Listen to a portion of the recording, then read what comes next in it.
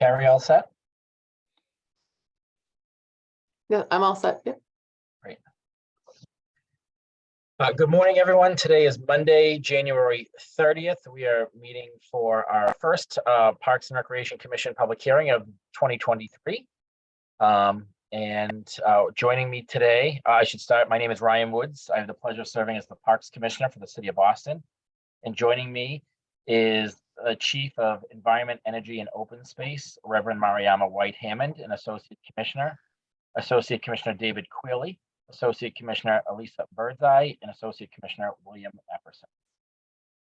We have a pretty full agenda today, so we'll go right into it, and I will pass it off to Carrie Marsh Dixon, who is our Executive Secretary of the Parks Commission, to lead us off in our acknowledgements. Sure. First, we just wanted to acknowledge for the record that Ann Connolly has submitted her resignation for her role as Associate Parks Commissioner and has served with us since October 2013. And her service has been very invaluable to us over the years, and we just wish her the best. And Ryan, if you'd like to add anything. Ann's been a great contribution. She's dealing with some health complications, and we're all with her and thinking of her as she goes through this long process, but very appreciative of the work that she's done. Numerous meetings, several hours of meetings on some of the days, and truly appreciate the service that she provided. And we're going to look for ways to honor the service that she gave somewhere in one of our parks, maybe one close to her home, but as a fitting tribute. Just adding a quick note that in multiple conversations with her, she expressed her honor to be able to serve in this role. And the reality is that it's really important when we have residents that are willing to give of their time and specifically their volunteer time to support our mission. And so really thankful to have her and believing and hoping that she will have a strong recovery, and look forward to her continued engagement with us, just with a little less time commitment in the future. I also want to point out that we are joined by our Chief Landscape Architect, Liza Meyer, who will definitely be chiming in as we have questions or the commissioners have questions on any of the projects. So with that, we'll pass it off to Madam Secretary to go into the design review portion. Sure. Christine, before we start, did Associate Commissioner Leonard Lee join us? He had said he would be joining us. I just want to make sure he's with us.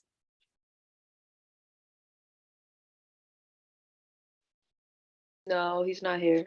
Okay. All right. So the first item on the agenda is a vote to approve 113 Adams Street and 115 Adams Street, which are adjacent to Ronan Playground in Dorchester. We just asked that the proponents introduce themselves for the record, and pass the floor to you to do your presentation. Good morning. I'm just going to share my screen with the presentation. Can everyone see that? Yes. Good morning. My name is Mike Reddington, and I'm the developer with John Reddington. I have Gavin Driscoll is the architect. I have John Belanger, who is the structural engineer, and Ken Fogarty, who is our general contractor. And we're here. Gavin's going to do the presentation. I just wanted to say that we're here to make sure that we protect the park, Ronan Park, and that everything we do, we're going to cooperate to make sure there's nothing there that, everything that we're doing, we're trying to make sure we're cooperating to make sure everything works from a safe and standpoint. And then I'm going to hand it over to Gavin. Good morning. Thank you for having me. This is 113, 115 Adams Street. We're proposing 3 single-family homes. This is just two 3-family homes, excuse me. This is the Lotus plan. Our site is right here on Adams Street, and to the rear of the property and to the left of the property is Ronan Park. I'm just gonna run through the existing conditions of the house. The existing conditions, it's a single family home at 2,200 square feet, and it's on an 8,071 square foot lot next to Rona Park. The single family recently had a fire, so it is set to be demolished. And we did get the Landmarks Commission approval for demolition. Just a quick background, the zoning is a 3FD 3000. Just context in the neighborhood, most of the buildings in that neighborhood are 3 families. This is across the street. There are a bunch of 3-deckers, and then directly to the right of the property, there is a 3-family condominiums with parking on the first floor. I'm just going to give you the layout of the site. This is the existing site plan. You can see the Rona Park is on the left and in the rear. On the left of the property, there is a driveway that is at elevation 56. And then as you go up, it does go a little bit higher up to the park. Going up at the house is at 68, and then it gradually goes up all the way to 78. I'm just going to do some quick pictures to show you the 2 walls that are the main focus of the presentation. Is there is a wall on the left side of the property, and then there's a large wall on the rear of the property. You can see here, this is the, picture 1 is the view from Adams Street. And then picture 2 is the existing wall on the left side of the property, which we're calling wall C. This is a picture of where the driveway is on the bottom left, number 3. And then picture 4 is the wall C on the left side of the property, where it's the existing fence that belongs to the park that is it's in disrepair that we're going to replace. This is as you go up the left side of the property, you can see the rear wall in the rear of the property, and you can see that the grade is going up. This is looking towards the back of the property. There's actually 5'5" between the wall and the property line, so there is this no man's land that we're calling it between our property line and the existing wall. We actually met Liza out there last week. We talked to her about like this in-between space, and we're actually going to clear that just to clean up the space between the wall and the property line. This is looking at it from the other way, the trees in the back, and then this is looking at it from the north side of the property, looking south at the rear wall. We did get a letter from the arborist to take down the existing trees. That one was hit by lightning, and then one is just the way that the foundations were poured over the years, that it was leaning over to the right side. And then I'll just go through the proposed plans quickly. We're proposing 2 3-family homes. We are going to subdivide the lot into 2 different lots and erect 2 3-family homes with a total of 6 interior parking spaces. There'll be 3 levels of living space and then parking in the basement. The intent of these homes are to be family-owned condominiums. The 2 buildings were designed in a way that the architecture will blend into the existing neighborhood in height, mass, and density. And then you can see down here, these are the elevations that will be from Adams Street. And then here are the lot sizes. Each of them will be a little bit over 4,000 square feet. Each unit will be roughly around 1,500 square feet. We are tending to do this as of right, so it does meet all the zoning requirements for FAR setbacks and living space. Like I said, 3 interior parking spaces, and it'll have interior trash and storage. Each will have a little bit over 1,100 square foot of green space, and then they'll also have each have their own personal decks around 650 square feet. This is just an overlay of the proposed 2 3-families. You can see the red dashed lines below, showing the existing house. We're going to have a shared driveway in the middle, which is going to be at elevation 56. And then we're proposing 2 new walls. Wall A is going to be at the rear of the building, which is also going to act as a foundation wall and a retaining wall. And then we're proposing a new wall D, on the rear of the property. You can see at the rear of the property that our wall is going to be 8'2" off the existing wall in the rear. And then it's going to be 3 feet off the property line. And then there's 5'3" between the property line and the existing wall. This was the area that we were talking about before that we're going to clear. And then there's an existing fence on the existing wall C that we're going to replace as well.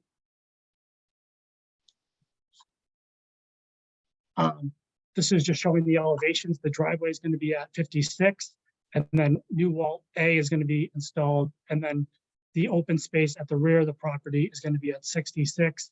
And we're going to add new wall D, which is shown in black here, which is going to be built into the hill. And then we're going to have the walls on each side of the property as well. I'm just going to run through the plans quickly. The architecturals, this is the site plan as this is 2 lots. There's 113 and 115. This is the existing site plan, the proposed site plan. This is the landscape plan. We are taking down 3 trees. We are going to replace the 3 trees that are there with 1 in the open space in the rear and then 2 in the front here. We are going to rebuild that existing wall in the front and then add landscaping at the front of that wall. This is just the floor plan. There's going to be 3 interior parking spaces with a lobby and then a stair going up to the units above. They're around 1,500 square feet. This is the first floor. And then on the left side here, you can see the proposed front elevation along Adams Street. There's going to be the shared driveway in the middle with the 3 families on each side. On the bottom left-hand side is the rear elevation. This is the line here, which is wall B, which is the rear wall, and then the fence line and the roof plan. This is where you can actually see the building in section. This is existing wall B here, and this is going to be our new wall D, which we're adding, and then wall A would be at the back of the foundation wall of the building. This is just a section through the building where you can clearly see the new wall A, existing wall B, and then wall C along the side. And I'll let John Belanger kind of explain the structural wall. He's online. John?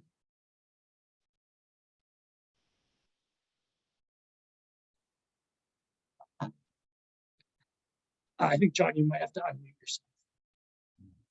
There we go.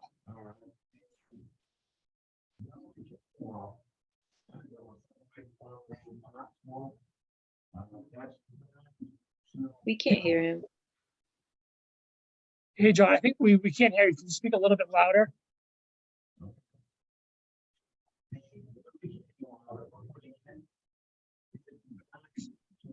For some reason, he's not. We can't hear him.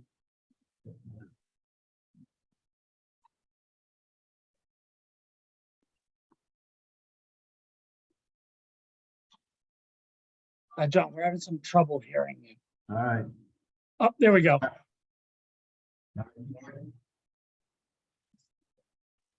Yeah, John, we can't hear you. Can you speak up? Let me see if I can raise it.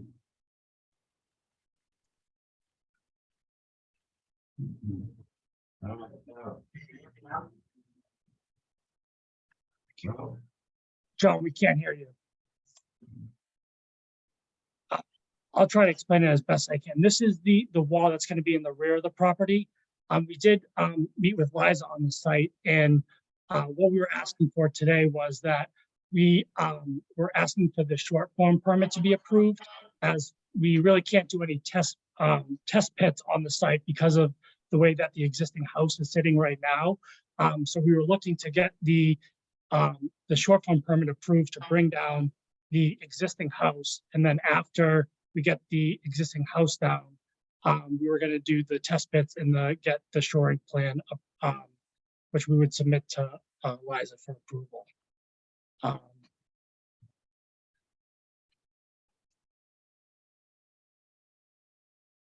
This is the wall A, which is going to be the rear of the foundation wall. And then these are the details showing the foundation wall A, and then the new wall, foundation wall D. And then we have the construction management plan to show that there's going to be no disruption to the park. We're going to add fencing along Adams Street.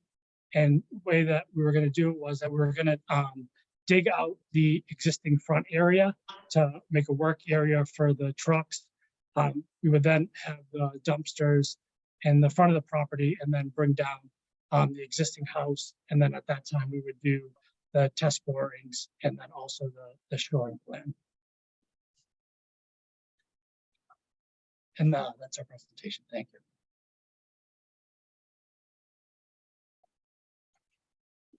Great. So we'll go to the commissioners to ask some questions. I guess I'll just start it off. I know the site well as I drive by it every morning in my commute here to 1010. So I know the site, very steep site, obviously heading up to the park. You did mention if you're looking at the property from the street, the left-hand side, chain link fence was coming down there and some work. Is it being replaced with another sort of fencing, or is it just a wall, or? Yeah, we're going to replace it with a black vinyl fence. When we were there on, I think it was Friday, we met with Liza, and the fence is in pretty rough shape. So we are going to clean up like that left side along that wall, and then also that no man land in the back of the property. Great. And just so it's on the record, I have it here in Liza's notes, but there is going to be a pre-condition survey and post-condition survey of the walls. That's correct, right? Correct. Just- Yeah, we did we sent Liza the pictures and stuff on Friday, and there will be done one after construction as well. And we'll be in clear communication with you guys throughout the process of that. If anything comes up, we'll obviously get in contact with you guys. Great. Chief?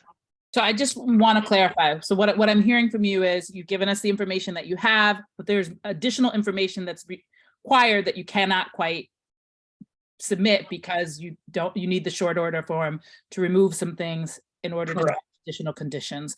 And that I'm just making sure so are you wanting us to sign off on the short order or the short form? And then for the next phase, you would simply go back to Liza, or you would come back to us? I'm just trying to clarify. The way that we spoke with Liza on Friday was we have all the information that we can do with the short form. So we would take down the building, and basically we were hoping to get the approval with the proviso that we would submit to you guys the shoring plan. And I'll let Liza clarify this, if I'm saying it correctly, that she would approve everything, and with the proviso that we would give her the shoring plan once the house was down and we did the test bits. We would submit the shoring plan basically to confirm that the wall in the back and on the left is going to be done safely, and there's going to be no disruption to the rear wall on the left side. Okay. And so Liza, just to clarify, once that is complete, would that come back to the commission, or would you just sign off on it? I'm just wanting to make sure that I'm clear. If we do this, what are the steps moving forward? So just. Yeah, I mean, I think what would make the most sense is to, review, and if the commissioners are comfortable with the project, potentially vote to approve it here with the proviso that the shoring plan be submitted. Once they're able to do the geotechnical analysis, we'll review the shoring plan and won't sign off on the actual building permit until that shoring plan has been reviewed internally and potentially with an external consultant on call with us to make sure we're totally comfortable with it. Okay. I don't see any changes to the overall building plan, site plan, construction management plan, anything like that that would come out of the review of the shoring plan. Okay. So that's why it seems like we should be able to review the whole project today, if others agree.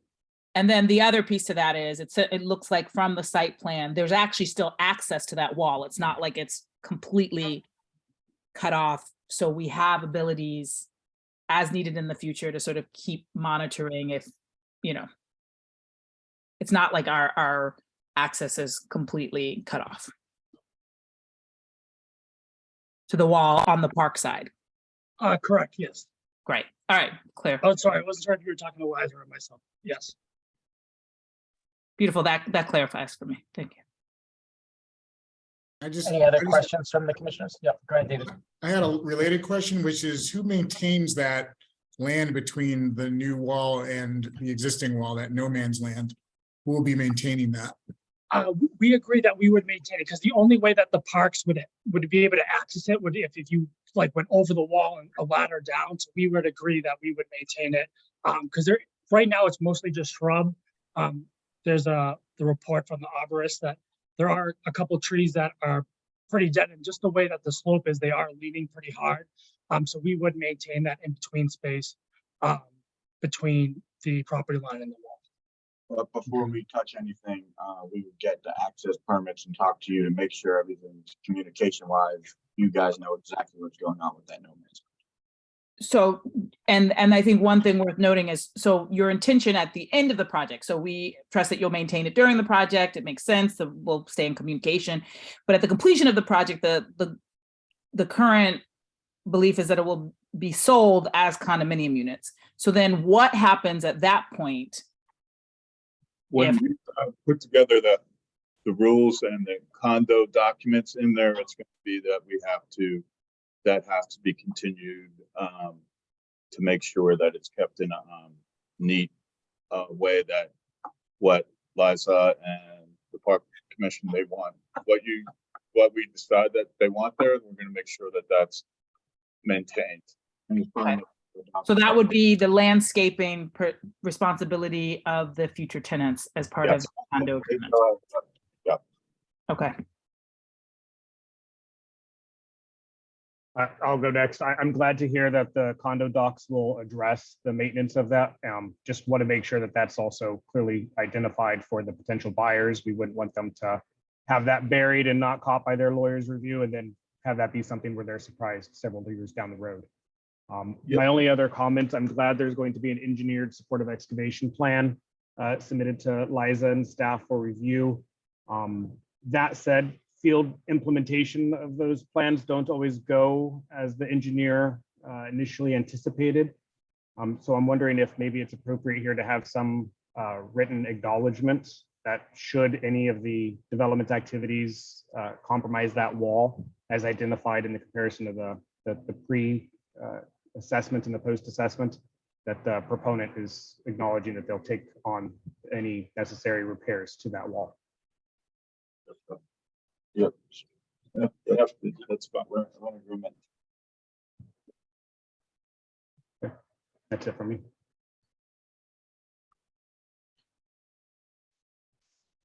I would just like to compliment the presenters on the clarity of their presentation and the thoughtful design that is going to fit very well with the existing buildings in the neighborhood. It's a nice, it looks like a very nice design. Thank you. Liza, before I do public comment, is there anything else to clarify based on your feedback on the letter? No, I think we've walked through it sufficiently. Any public comment? Please, Christine will direct you how to raise your hand or ID yourself, but any members of the public want to comment on the project at 113 to 115 Adams Street. If you raise your hand, I can unmute you.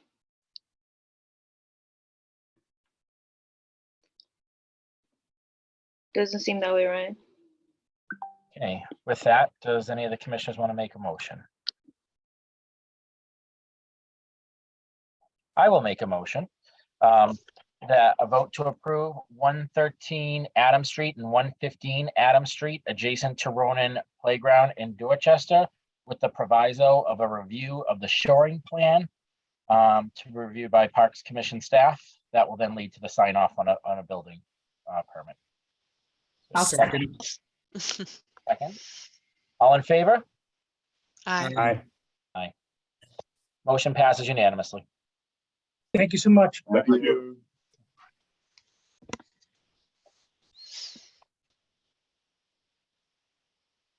Madam Secretary, with that, we'll lead into the second item on the design review agenda. This is a vote to approve Roxbury Prep Charter School at 69 to 71 Proctor Street, which is adjacent to Clifford Playground in Roxbury. Just give some time for the proponents to be in the room.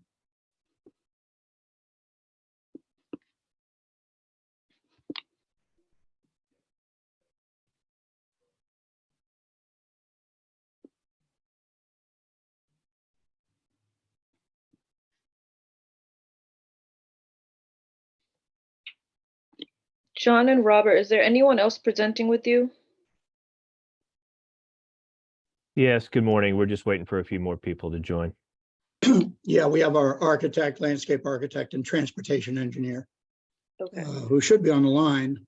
Yeah, you have a very long list, so I just want to know who's presenting so I can. Yeah, promote them. okay, If you can just raise their hand, Matthew it'll be Rice, helpful. Kelly Ashton, and Ralph Danisco, if he's on, and Tom Bennington, sorry, yep. Okay, thank you. Terrific. Ralph's in the waiting room still, Christine, so you have.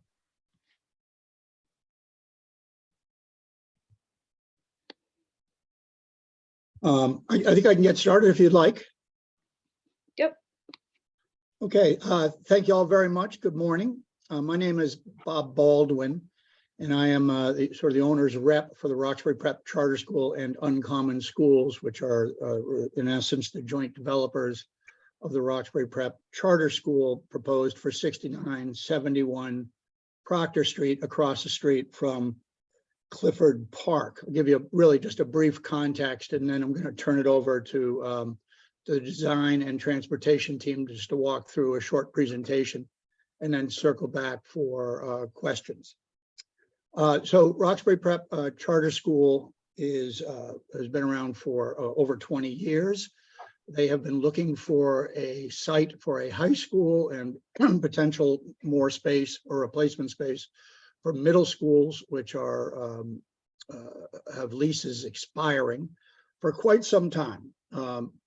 Identified this property, which is about 1.33 acres, I believe, about a year ago, a little over a year ago. And it really works wonderfully for the school. It is in a very proximate location to most of their student demographics. The public transportation, as you were probably aware of, both working down there and having a park down there, is excellent between bus lines and the Fairmount line, and then in fact also Nubian Square Transportation Hub. And we think that the site, which is currently really not used at all, but has historically been used really for construction staging, is ripe for improvement. The school itself is proposed for 800 students in grades 6 through 12.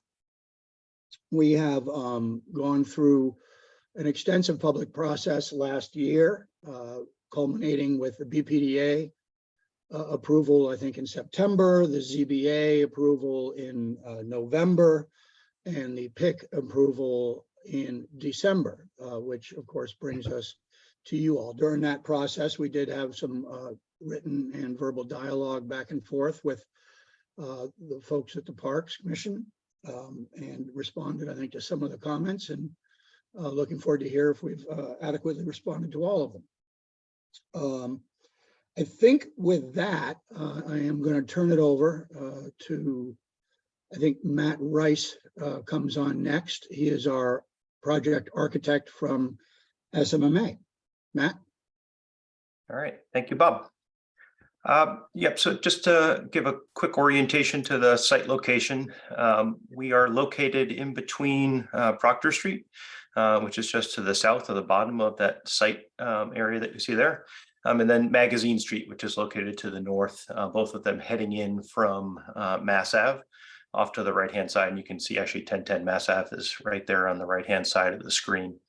So as Bob mentioned, we are directly across from Clifford Park, with Proctor Street running alongside. If we advance to the next slide.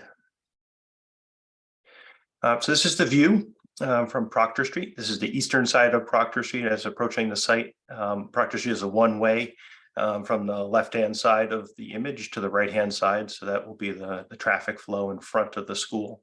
But this is the main entrance to the school. And so as you can see, We've tried to create a welcoming point for students approaching the building from this direction, and really from both directions, apparent in terms of where the entry area is.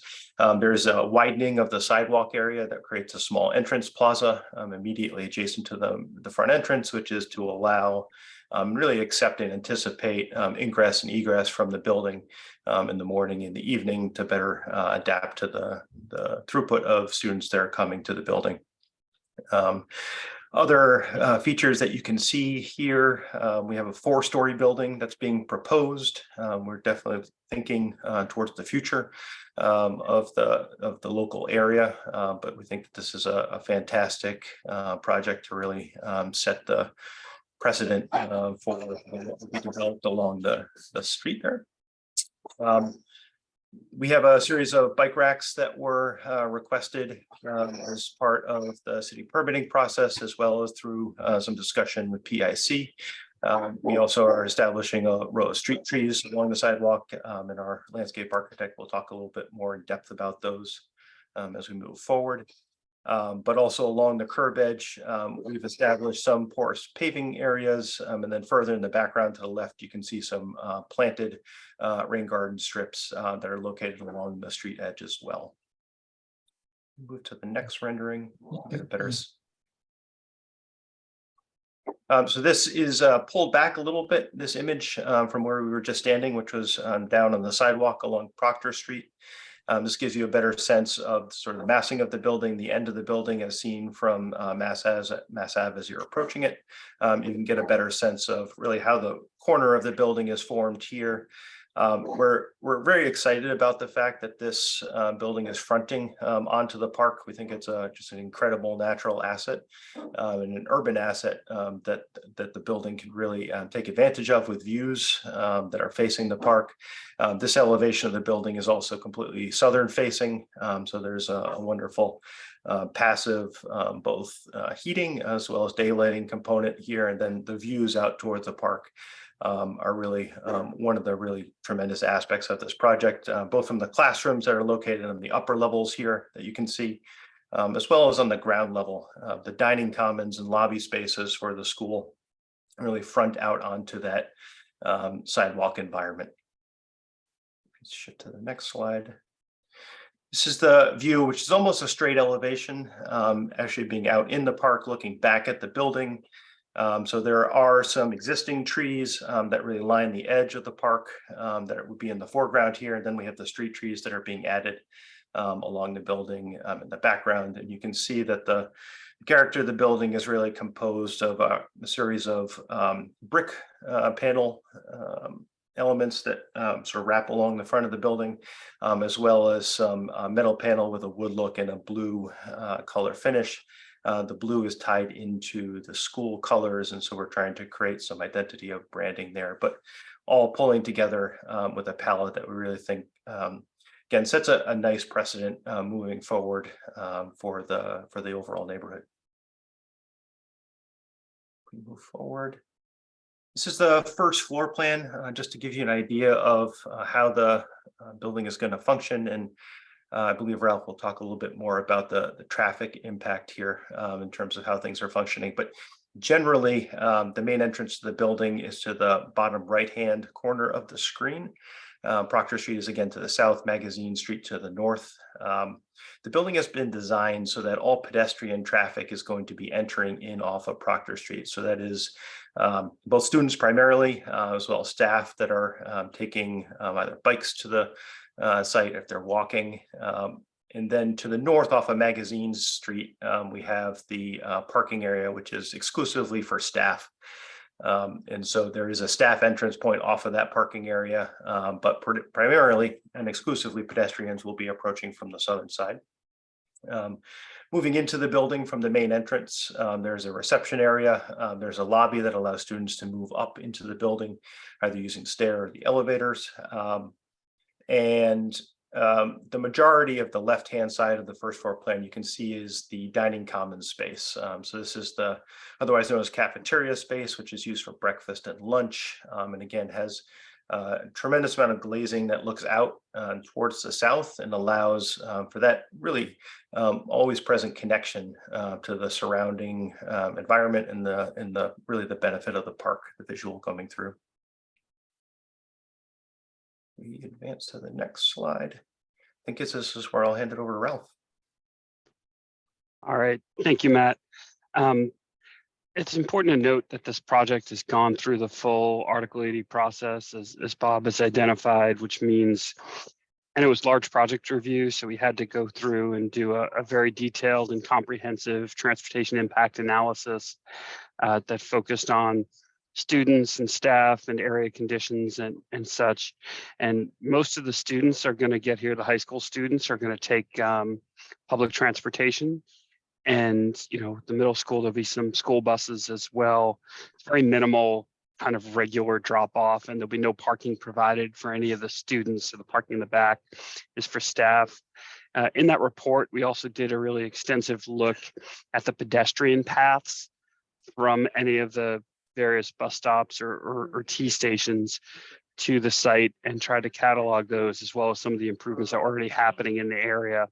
What you see on this plan, if you look at Proctor Street, there is something that we've been working on, has been approved by PIC and BTD, which is a new crosswalk as well from the main pedestrian entry over to the park, along with a curb bump out on the park side here.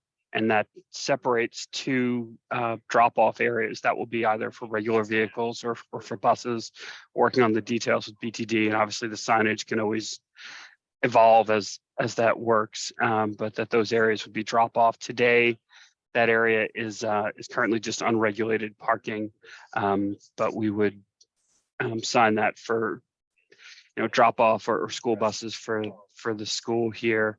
But the curb bump out and the crosswalk, and that will note that crossing is a raised crossing as well. So I think it really creates an additional pedestrian amenity for the area, as well as access to the school.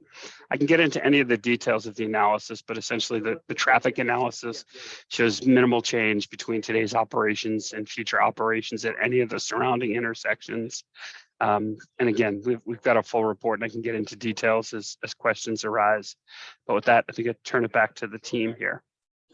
Thanks, Ralph. Let me just, before I think we turn it over to our landscape architecture, just highlight for the commissioners, the parking. We have about 46 parking spaces on site. Staff is about 100, between 90 and 100.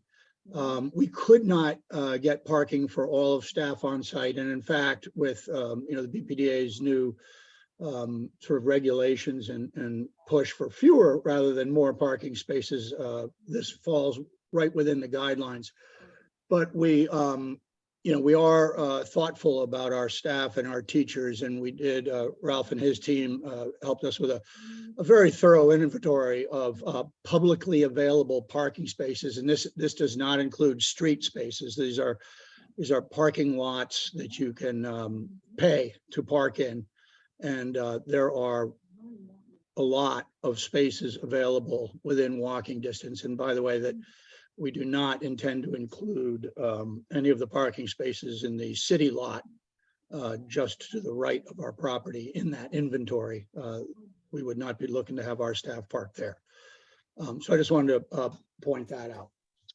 Bob, if I can add, there's also a robust transportation demand management program that is really directed at staff to encourage staff and help support them in taking alternative transportation, T-passes, bike share memberships, things like that, in keeping with the city's guidelines. We're finalizing the details of the TAPA with BTD now, but it includes all of those programs in a way that really exceeds the city's guidelines. Thank you, Ralph. Absolutely. Okay, so with that, I think we're turning it over to Kelly Connolly, our landscape architect. Good morning, everyone. My name is Kelly Conley. I'm one of the principals here at Terra Inc. We were thrilled to be part of this project, and we're very excited about it, even though our scope is quite small for a typical landscape architecture intervention. But it's really important what we were contributing to, which is the streetscape, setting a precedent for how future development can work with the Boston City standards, the complete streets, looking at the eventual proposals for the New Market corridor. And so we took all this into account on this plan. On the Magazine Street side of the site to the north of the property, the arrangement there, again, as I had mentioned, is part of the New Market guidelines that are eventually going to come out that we were asked to reflect, and we've done that gladly. It made for a good way to deal with that street, which is narrow, and there's a lot of future expansion opportunity along it. On Proctor Street, here we looked at Boston City standards for our tree planting, our green infrastructure, looking to incorporate larger tree pit islands so that we had great bands of green infrastructure with the trees, allowing the best opportunity for those trees to be healthy and strong and create that unified appearance along Proctor Street. We also utilize some permeable paving materials along the streetscape and similar pavers inside the lobby area to create that transition from street to building feeling unified and consistent. If you can go to the next slide, please. The type of plant material that we've suggested for the site along Magazine Street, we're using the common hackberry, which is one of my favorite native trees. It's very hardy. I think more of it should be planted, so it's a great opportunity to introduce it in this location. On Proctor Street, we went with the thornless honey locust. We'll get a lot of dappled light with their small leaves and their branching on that southern face to both allow light in, but also assist with some of the heat gain that can happen on a southern facing condition. In the green infrastructure strips, we have a combination of shrubs and perennials and some grasses. We're using a little bit of dwarf fothergilla to help give some size and mass and structure to the beds, with the Grollo sumac, which is another great friend of ours along roadside conditions, the asters, the butterfly weed, and the prairie dropseed. And so these have all been, these have all been planted in sort of a patterned arrangement in each area adjacent to the trees on Proctor Street, allowing an interesting kind of ecotone to develop along the street and give a sense of separation from the road corridor itself. With that, I'll leave anything to questions, but that's sort of a general overview of the landscape approach to the project. So yeah, back to me. Thank you, everybody. Just wrap it up. Excuse me.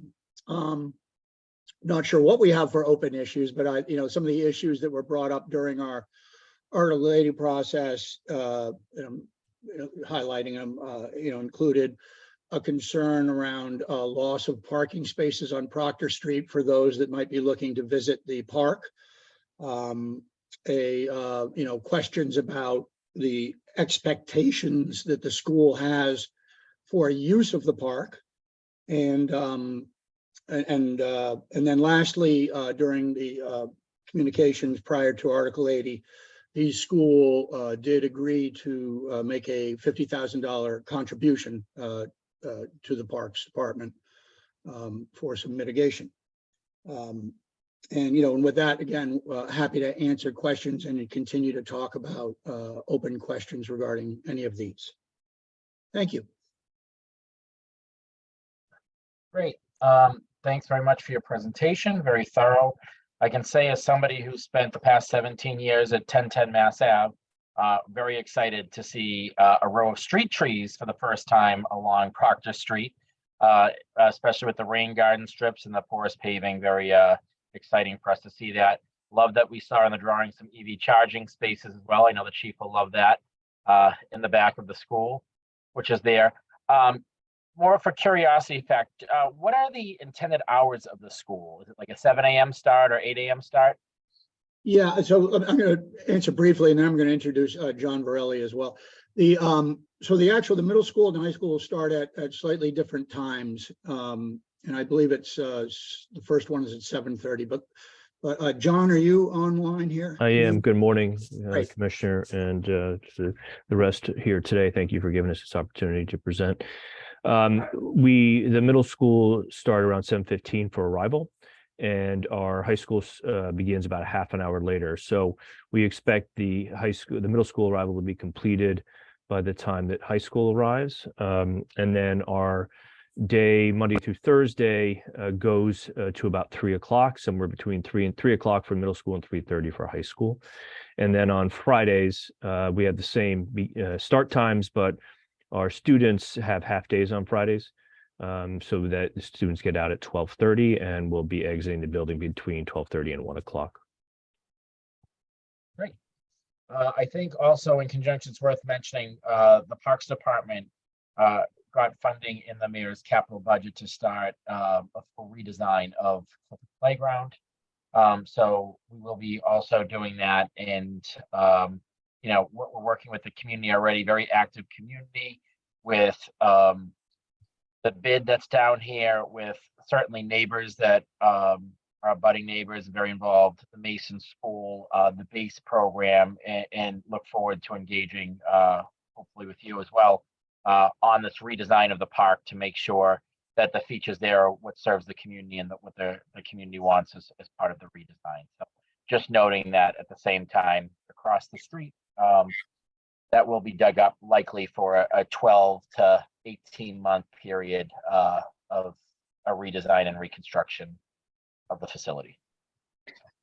With that, any questions from the other commissioners? So Commissioner Woods, you actually got started on some of the questions that I had related to that.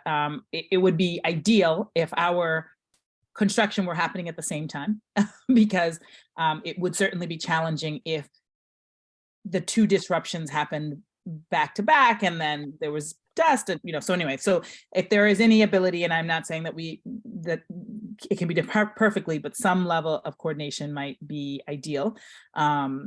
Just worth noting.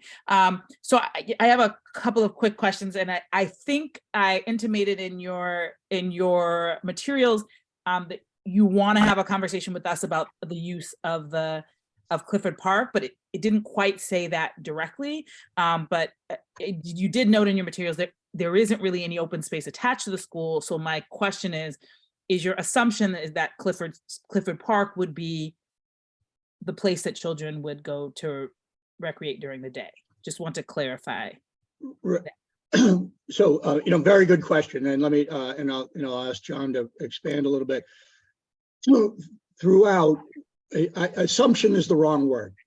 It would be our hope that the park would be available for school use as available, as appropriate, through exactly the same process that other schools and other users go through when they permit use of the park. Mm-hmm. We have said repeatedly that just because we're next door, we do not expect any advanced or special treatment around use and permitting of the park. And we haven't requested such, and nobody at the Parks Department has offered this, such. So let me just say that, John, maybe you could talk a little bit about more what the uses in general are for the school, because of course it uses parks throughout the city today, because the high school is in activity.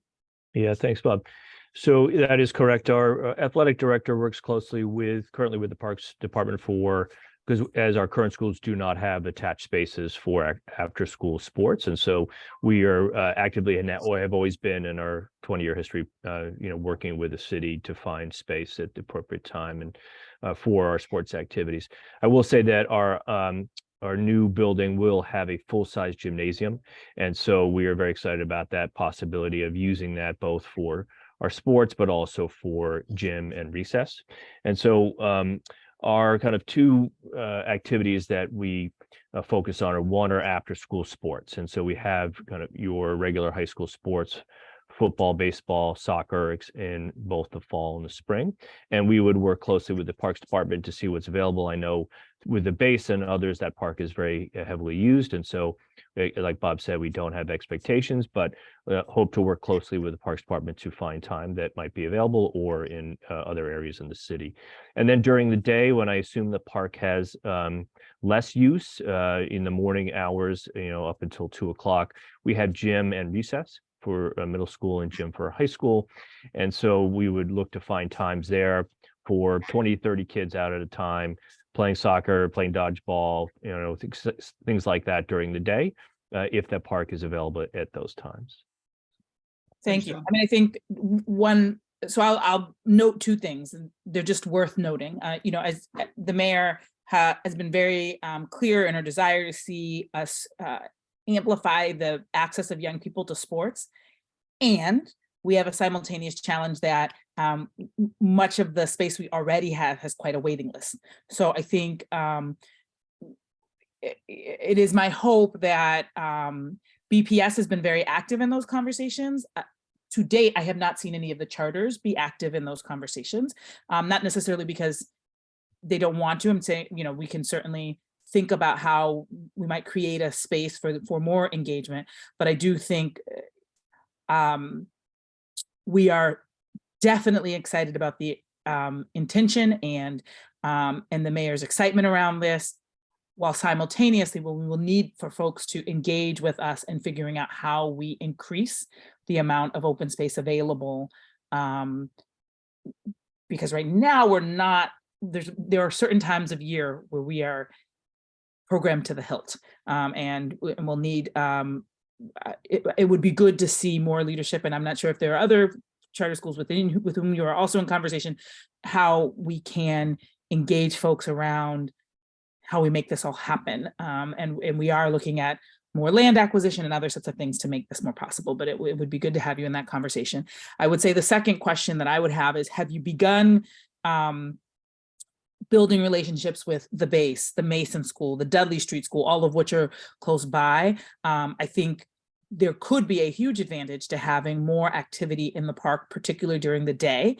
As you know, the park has not been without its challenges, but we are always of the idea that more positive activity is often the best way to decrease some of the more negative activity. So I think that in the afternoon hours, we're going to have some challenges because everybody wants to use the park starting at like 2:30, right? And so we'll have to figure that out. But in the earlier hours, there certainly are some potential opportunities to help us keep the park as occupied as possible by playing children instead of some of what has been occupying the park, which is not playing children, maybe the opposite of that. So would love to think about that, but I do think from a big picture perspective, I want to note, not because it is unsolvable, but just that love to welcome 800 more children to that area.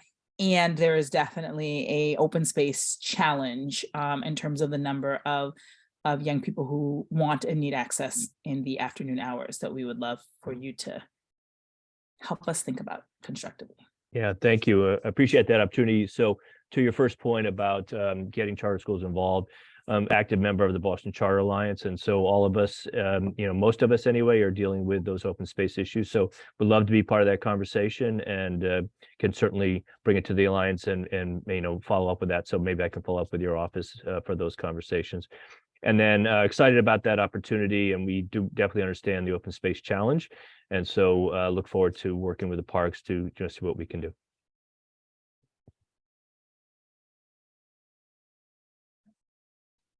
Any feedback from the other commissioners? I can go next. This is a very exciting project. I'm very supportive of it, but I do have a number of questions following those that have already been addressed. The EV parking that was mentioned, the EV charging in the back, how many spaces are we talking about? Is it a significant percentage of the number of spaces that you set aside with access to these charging stations? Matt, what do we got, 18 or so? So we're at 12 stations that we're putting in, charging stations, which is meeting the 25% required on day one installation. We're also setting up all 100% of the 46 parking spaces with the infrastructure, or the remaining 75%, with both electrical capacity and conduit to really facilitate the installation of those chargers down the road. So again, that's all in agreement with what the current city guidelines are calling for.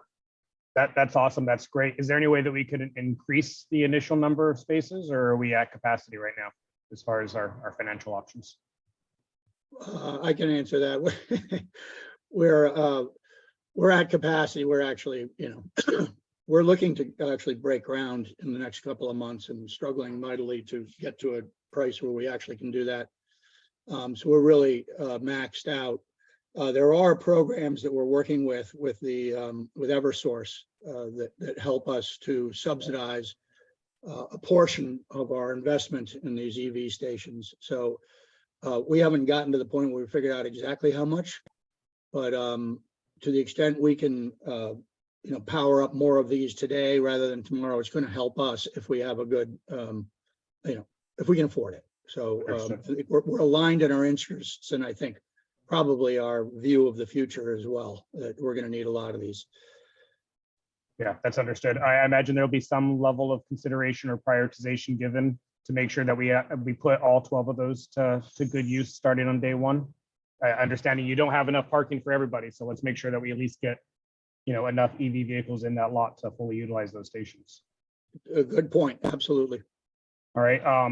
As we all heard last week in the mayor's announcement, if the city were undertaking this project today, we would be talking about its fuel dependence. I'm imagining this is going to rely on fossil fuels. I'd be elated to hear to the contrary, but I'd love to hear from you all your thoughts on the energy consumption of the building. All right. That was a great layup. We're ahead of the game here. There is no gas coming into this building anywhere. That's awesome to hear. Yeah, not even for the science labs. They're electrified. So this is a 100% electric building. Matt, if you want to add anything onto that. It may be just worth mentioning that there is an emergency generator that's really located at the building for resilience purposes.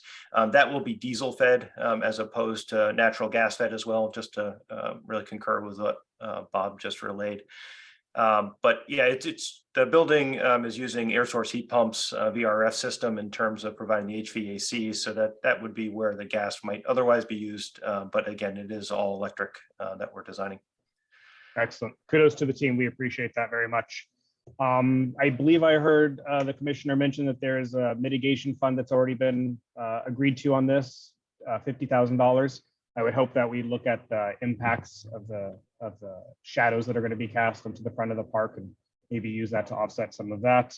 My last question was, I'm certain that there's been some sort of discussion about rooftop screening, views from the park and what you can see up on the top of the roof of the building. If you could just give me a little insight into what those conversations were and what came of them. Matt? Oh, sure. No, I didn't know if you wanted to start off, Bob. So we don't have too much screening at the top of the building itself facing the park. The units are set a good distance back from the edge of the park. It would probably be impossible to screen them completely, just given the distance that the park extends in front of the building itself. So we've tried to position the units in a way that they are not visible, especially when walking along Proctor Street and sort of the most proximate sightlines that we've done in terms of looking at sightline studies. But we don't have a continuous row screening up at the high roof. There are units that are serving the gymnasium and sort of the northern side of the building that are located down below. So where possible, including the emergency generator, have been located on the gymnasium roof so that they're not quite as visible from the park side. Okay, great. Thank you. That's it for me. I did have a couple of questions, but wanted to commend the proponents for doing a great job in terms of including a large number of bike racks and green infrastructure. Related question, are you going to be using structural soils in those tree pits along Proctor or Magazine Streets, or are they going to be more traditional tree pits? That's So probably for Kelly. Yeah, that's a great question. So our typical soil blend is more of a, what I call a bony blend. It's got a bit of gravel for the structure, so it's a structural soil. We did not have a soil recipe put together by one of our soil consultants, but rather looking at a third existing soil, a third new soil, organic mulch, and the bony blend. And we've put that mix into the spec and on the drawing, so the contractor is well aware of sort of the proportions that it should be. It will all be according to the right pH. And because we have so much gravel material and adjacency to the site, we didn't put additional drain lines or collection lines because we don't want to over drain it, which could happen because of the limited space and being a southern exposure. Mhm. Okay, so it sounds like to me, a more traditional tree pit, although you've got an interesting mix of soils and that's there to help the trees kind of thrive. When I mentioned structural soils, I was talking about the type that have a huge amount of infrastructure underneath the ground. You can't really see that. So that's the other type of structural soil. But yours sounds fine. So a related question is the parking area in the back, runoff from that parking area. You're going to be using traditional asphalt there, or how's that going to work? I can try to start on that, Commissioner. Yes, it's traditional asphalt, and much of that parking area in the back, actually much like 80%, 75% of it is covered by the gymnasium and the building above, right? So it's, first of all, it's covered parking. Some of it is not. We will have underneath the parking spaces. If you look at this, you can see a faint dotted line that up along the top. Oh, yeah. Thank you, Tommy. Yeah. Yeah, that's covered from above. In any event, yes, it will be traditional asphalt, but underneath that entire parking lot is our underground stormwater retention structures. So, we are minimizing offsite stormwater. Okay, and you'll be dealing with the water from the roof in those underground structures? That's exactly correct. Yes. Got it. Okay. Thank you. That's all I have. Any other feedback?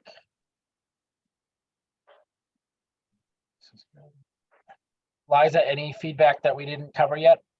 Just one follow-up question about your anticipated schedule. So it looks like you're planning for 18 months of construction just based on what's in the documentation. And you said you hope to start this spring or in the next few months. So are you wanting to have students in the building fall 2024? That's correct. Yes. Yep. Okay. Yep. Our substantial completion is July of 2024. Okay. That's helpful to know in terms of how it will relate with the park project, which will likely have to be sequential, but we can still, it's still helpful to know that, and we'll keep that in mind, see what we can do.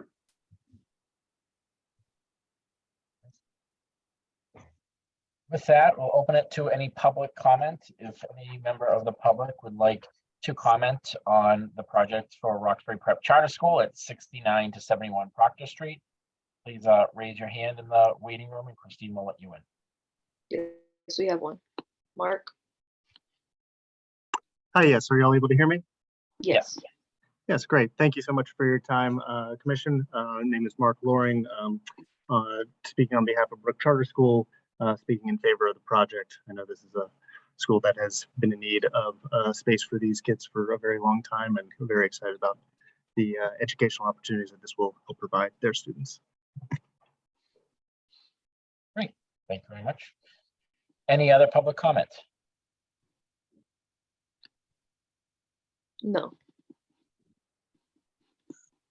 Seeing none, and if there's any further questions from the commission, anyone interested in making a motion? I'll make a motion to approve. Great. So Commissioner Birdseye has a motion on, which is a vote to approve Roxbury Prep Charter School at 69 to 71 Proctor Street, adjacent to Clifford Playground in Roxbury. Is there a second? I'm happy to second. I will second. Dave Quilly seconds. All in favor? Aye. Passes unanimously. Thank you very, very much. Look forward to being your neighbor. Thank you. Thank you. Bye-bye.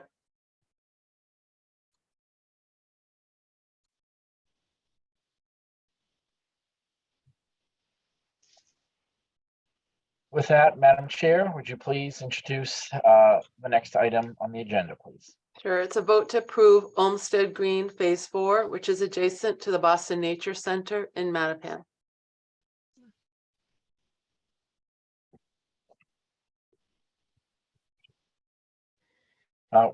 As we get the proponents in the room, we just ask before you speak, you introduce yourself for the record, and once everyone's in, we'll start the presentation.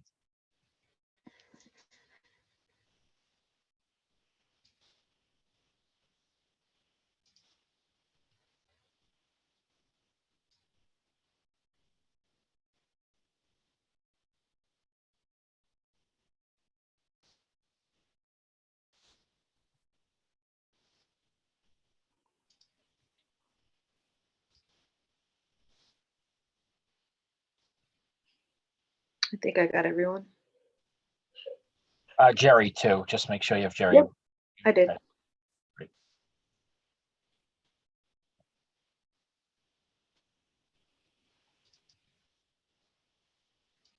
Is that everyone on the team? Do you guys see anyone missing that needs to still go into the?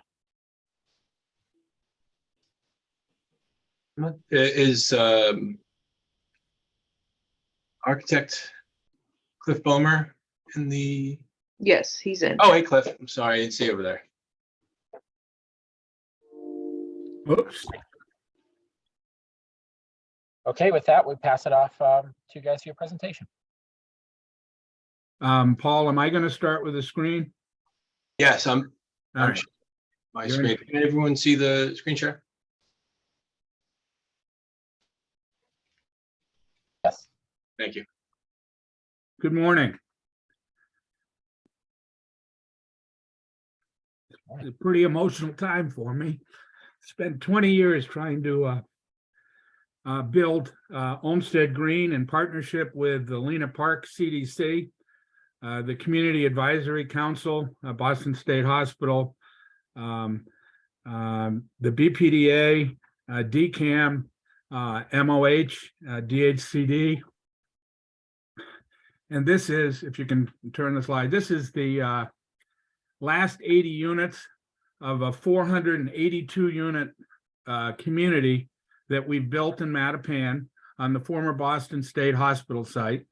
This is what we envisioned back in 2004, and what we've been successful in building 402 rental units, a combination of for elderly homeless, for low-income housing tax credit, mixed income rental, but the most important part was to bring in home ownership to the community, and we've already brought in 70 units of home ownership, and this is the last 80 units of home ownership that we're bringing in. The concept was, in calling it Olmsted Green, was to make it a project at the end of the Emerald Necklace that was beautiful, that offered housing for our residents, where they had front yards and backyards, community gathering areas and recreational opportunities, and walking paths going through the property to connect to the Mass Audubon, the Boston Nature Center, and our plan when we end up building the 4-acre field will be to allow our community to connect to Franklin Park. The preserve at Olmsted Green abuts the Boston Nature Center. We spent over 2 years working with the Audubon and their engineers to make sure that this project had the highest level of stormwater management, so that the flow of water into the Boston Nature Center was less than what we've said, and our calculations are that we're generating 80% of the water that currently is generating into the Boston Nature Center through the designs that VHB will show you in a second. Our community is a wonderful mix of home ownership, 18 units going to households making 80% of AMI, 18 units going to people making 100% of AMI, 28 units being workforce units for people making between 100 and 120% through the Commonwealth Builders Fund, established by Mass Housing and Rep Homes. It was announced on this site, and we have 16 market rate units. As I said, we have a network of open space throughout the site, and the final link from our walking paths goes in between the Boston Nature Center and our property onto the Boston Nature Center to complete that loop. We presented the master plan to you about 2 years ago to ensure that we had open space coordination and a significant amount of areas for playgrounds, barbecue pits, sitting areas. In addition, our master plan has many green fingers connecting our residents to the Boston Nature Center and allowing green walking paths for all our residents, and equally and so if I guess you can't see my clicker because Paul's in charge of it, but to the top right hand side is our community center, in which we put a barbecue area, we have a community gathering area, and we have a gym for our community. In the bottom right, there's a playground right there. And then if you go all the way to the left-hand side of the screen, there's another playground, and then just next to it is a barbecue area. You can also see the existing trees we've preserved, and we'll talk about our tree preservation plan for our 80 units. But then again, here's the walking paths, and you can see at the top of the site, that's the walking path going to the Boston Nature Center.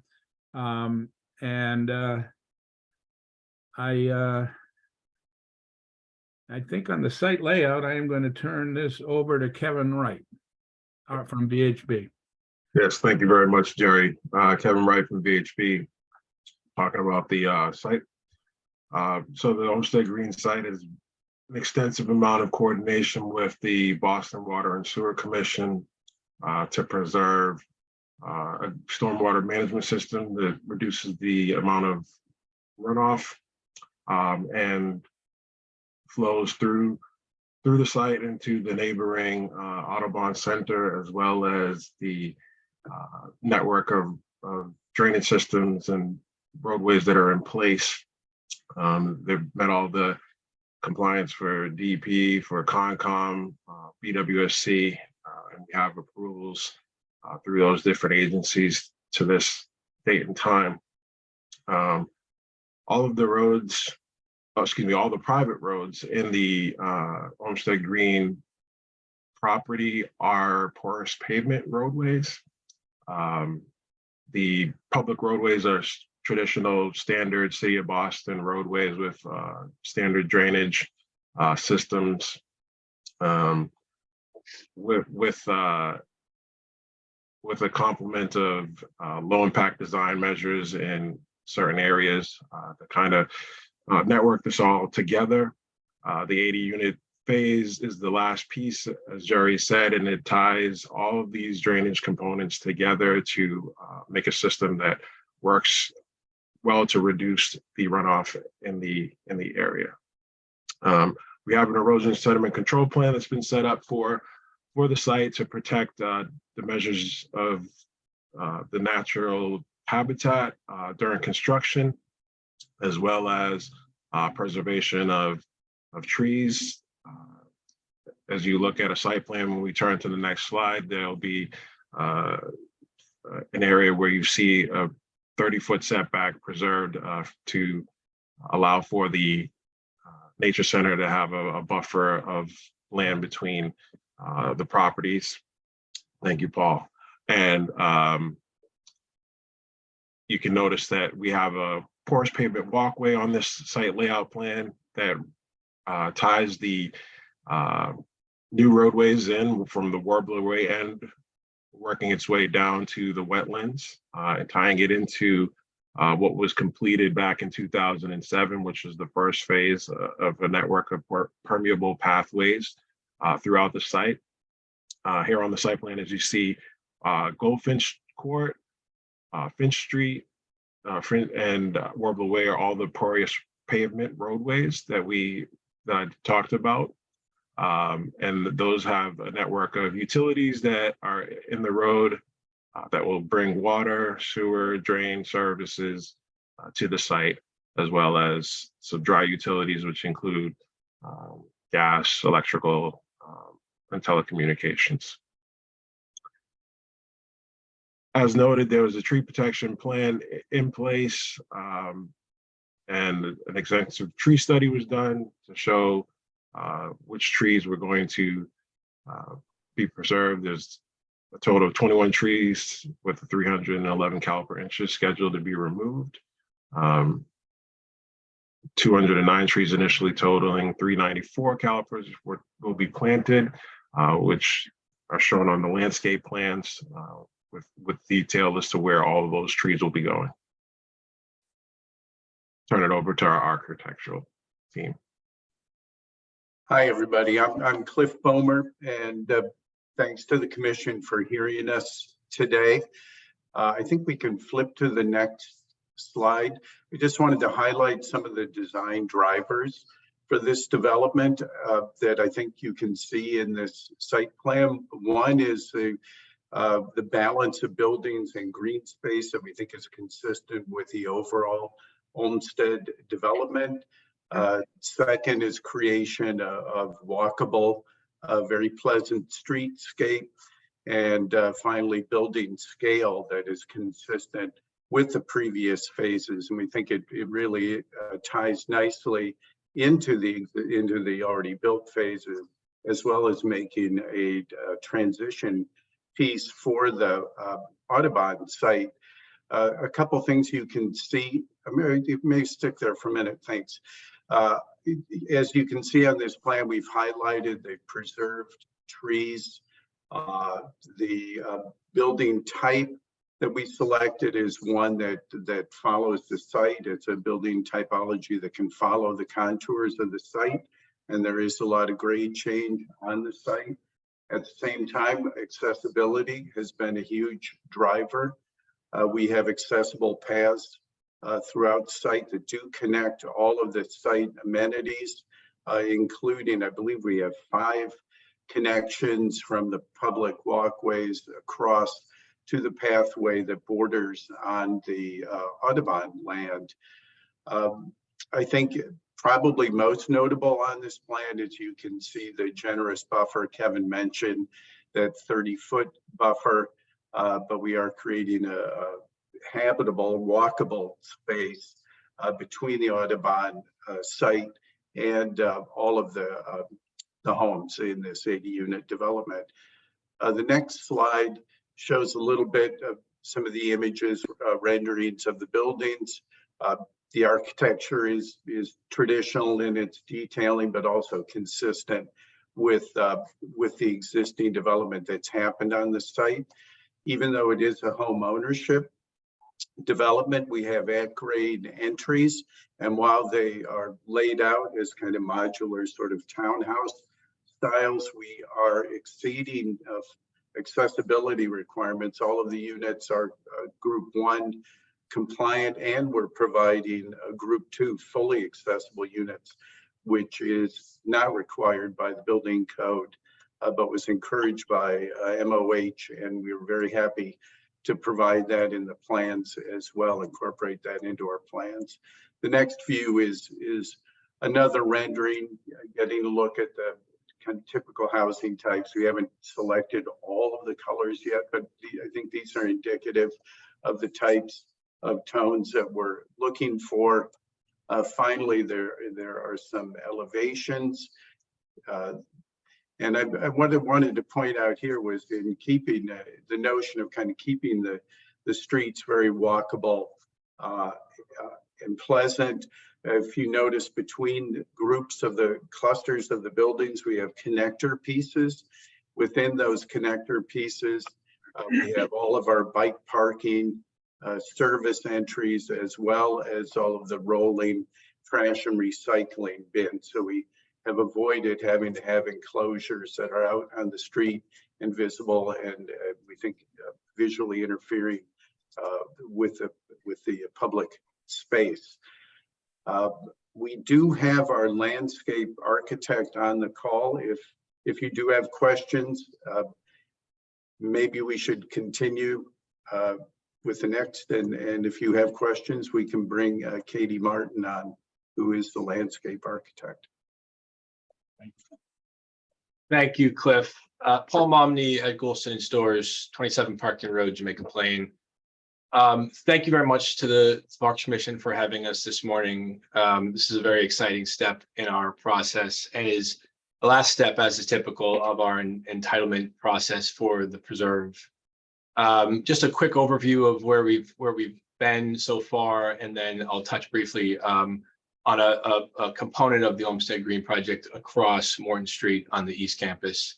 So we received our Concom approval, as Kevin noted, in October of 21, and our PIC approvals for the private ways open to public travel and the extension of the public way in December of 21.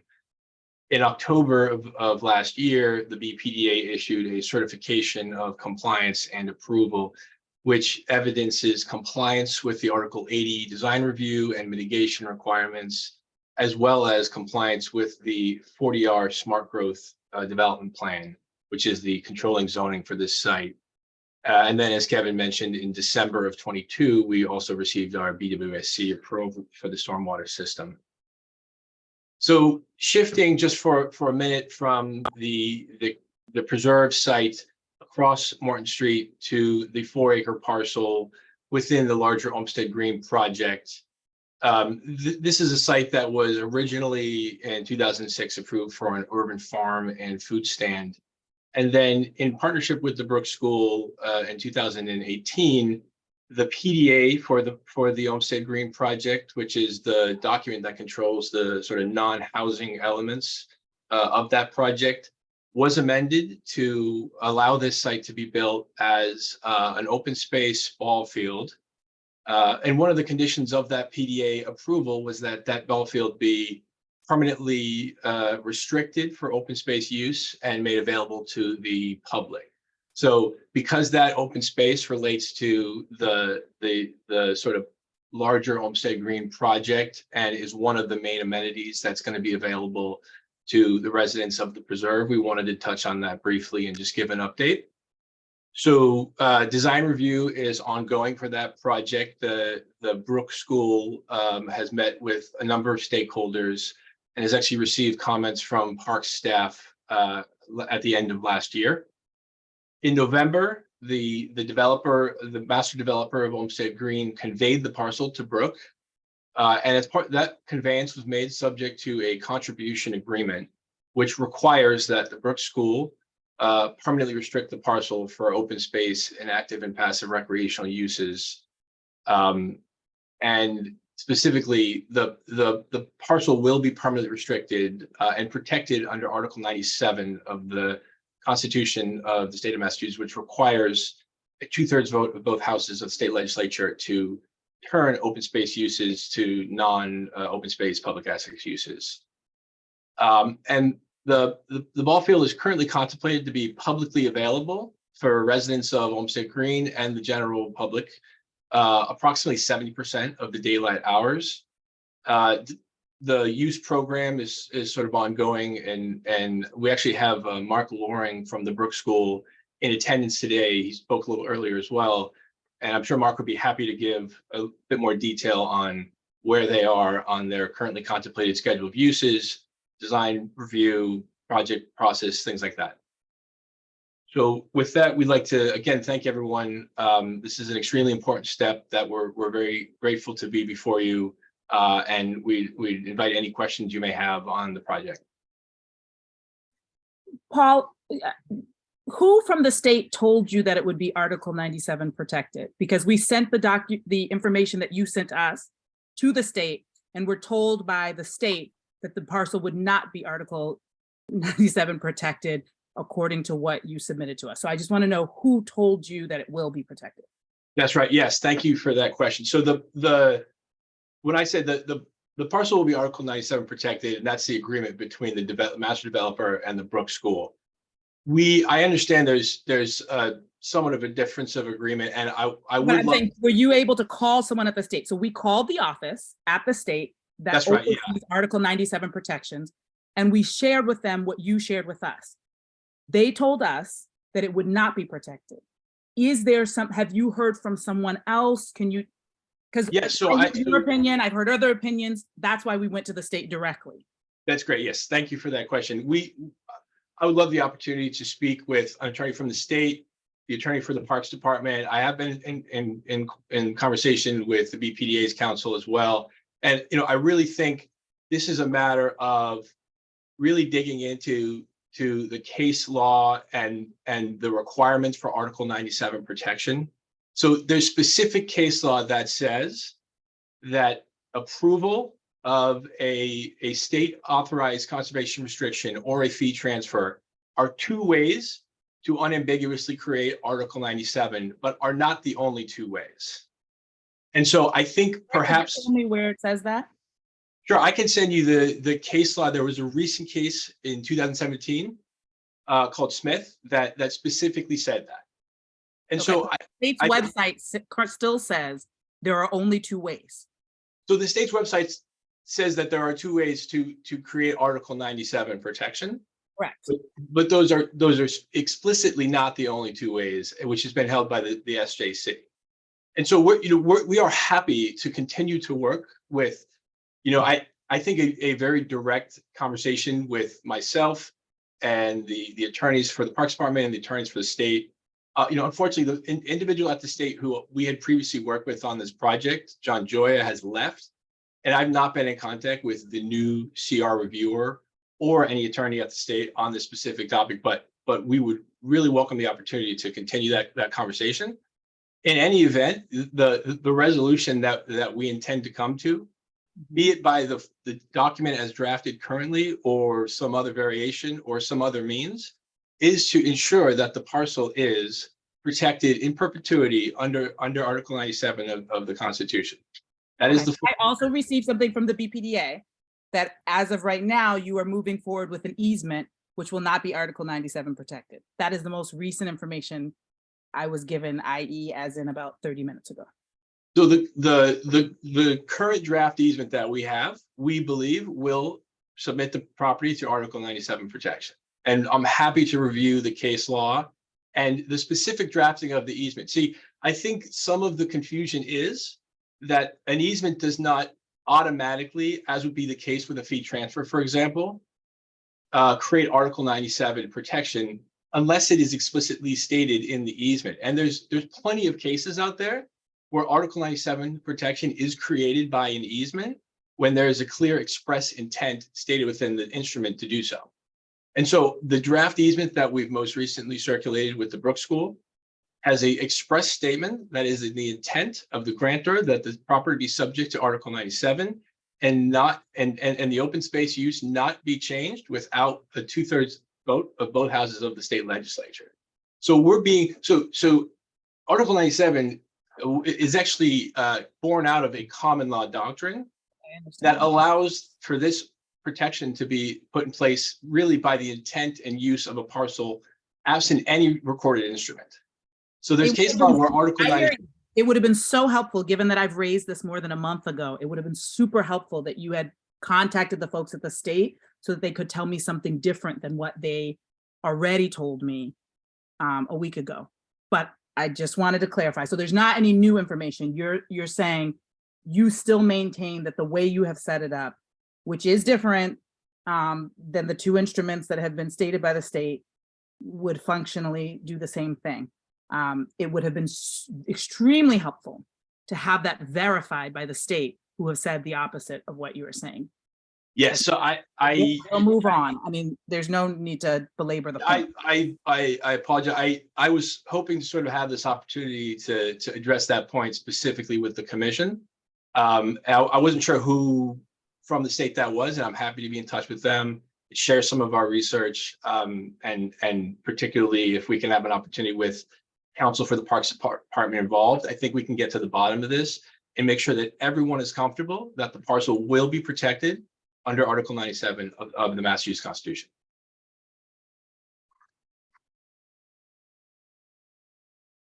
I think other commissioners can weigh in. I had really hoped we would have settled this with clarity, so that people could vote with clarity, but other folks might have additional questions.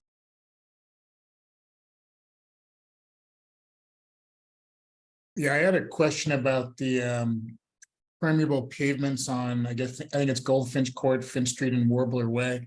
How often will those be maintained? And are you going to be using porous asphalt or pervious concrete? So typically you would have to vacuum those on some kind of regular basis. We have a contract with Clean Water Management that they end up on an annual basis vacuuming the porous pavement, as well as checking our entire drainage system to make sure that all of the catch basins are clean and operable. You may want to consider vacuuming them more than once a year. Particularly if you're going to be sanding the roads or something, they're going to clog up much faster. Yes, so, as Jerry said that they have a compliance team that comes in and does work for them. There's a stormwater package and O&M manual that's been supplied that has recommendations that have been supplied. It says, quarterly inspections and things like that of that nature be done for vacuuming, for maintenance of the site. And as I said, the porous pavement has been in place on site on all the private roads for the last 20 years. So the group that New Boston has employed comes and analyzes and takes care of their site and has our recommendations, but also provides their expert opinion as they come in to perform all the maintenance procedures. So they check it quarterly. Okay. Okay, that's all I had. I want to commend you for including that. I think it's a great idea. And I love the buffer between the Audubon site and your site too. So thanks for doing that.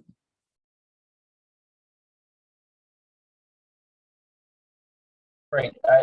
I'll make some comments on the trees just because I want to clarify and make sure we have it on the record. So just want to make sure that we have the vigilance of the contractor obviously overseeing it, just because we want to make sure those significant trees that are being protected, withstand the construction on site. I know there's at least 6 of those, and I believe in another 11 that are within the area but outside the work zone that are there. And just correct me if I'm wrong, I have 21 additional trees, 5 caliper or greater, which is about 311 caliper inches that will be removed. However, there's a planting plan which has 209 new trees at over 395, almost 400 caliper inches as part of phase 4. Is that correct? That's correct. I think we have hired Hartnett to manage the observation of the contractor to recommend the methodologies of preserving the trees we are preserving. And so we've already fenced them in and demarcated them. And then they've given us the maintenance procedures to do during the construction to make sure that they thrive. But now I'm getting a little bit outside of my pay grade. Kevin, do you want to jump in? No, Jerry, I think you summed it up pretty well. We provided in the civil engineering package erosion and sediment control plan that shows protective measures to take around those trees, and the specifications were provided. So as Jerry noted, they've employed someone to make sure that what has been designed in the plan is going to be carried out throughout construction. And this is Stephanie Krull from VHB. I also want to add that protection of these trees is part of the order of conditions, and the conservation agent for the city of Boston has already made a site visit to confirm that the tree protection measures are in place. Just a quick question. I know that there has been a closing of all, or you are in conversation with Concom around the new a sort of 80 unit site. And my understanding is that you are up to date on all your filings. I want to clarify, have you closed out the unfiled documents from the previous phase yet? Has that been completed? Yes, we filed a request for a certificate of compliance, and we are on the agenda for the next hearing in February. Okay. Other questions from the commissioners? I had a couple of questions. I don't see any garages or driveways. So the assumption is all the parking is some version of on-street parking. Is that correct? Well, I'm gonna let Kevin jump in, but PIC would not allow us to have driveway parking because they wanted the ability to have the sidewalks go throughout the site to maximize the accessibility. So it is all on-street parking. We got 1.5 spaces for both the residents and visitors, but Kevin? No, that is correct. These are 40-foot wide minimum private ways as required by the Public Improvement Commission with minimum of 5-foot sidewalks on both sides. And we have travel lanes in each direction for each of these streets. And as Jerry noted, 1.5 spaces for residents and visitors. All right. So do we have any EV charging stations going in, or at least infrastructure to accommodate future installations, since these 80 units aren't going to have the possibility of their own charging at their own residence? We went through the permitting process back in 2018 and 2020 when this wasn't the rage, but we will make sure that we provide at least 6 ready spaces with the charging capacity that you're talking about. All right. And what is the energy source for these 80 units? Go ahead, Kevin. For do we have heat pumps? Or are we fossil fuel free? What do we have? Cliff, residences. Yeah, it's heat pumps. Okay. Yes. Yeah, it's heating and cooling with heat pumps. All right. Do we have any natural gas going to these residential buildings? I think we eliminated the gas. I'm not 100% sure of that, but thanks for the question. I think we do have gas. We do have gas going to the units. Yes, for cooking then. All right, but at least the heating, it sounds like, is heat pumps? Heating and cooling is definitely heat pumps. Yes. Okay. There is gas going to the units with meters, and as you said, it is for cooking.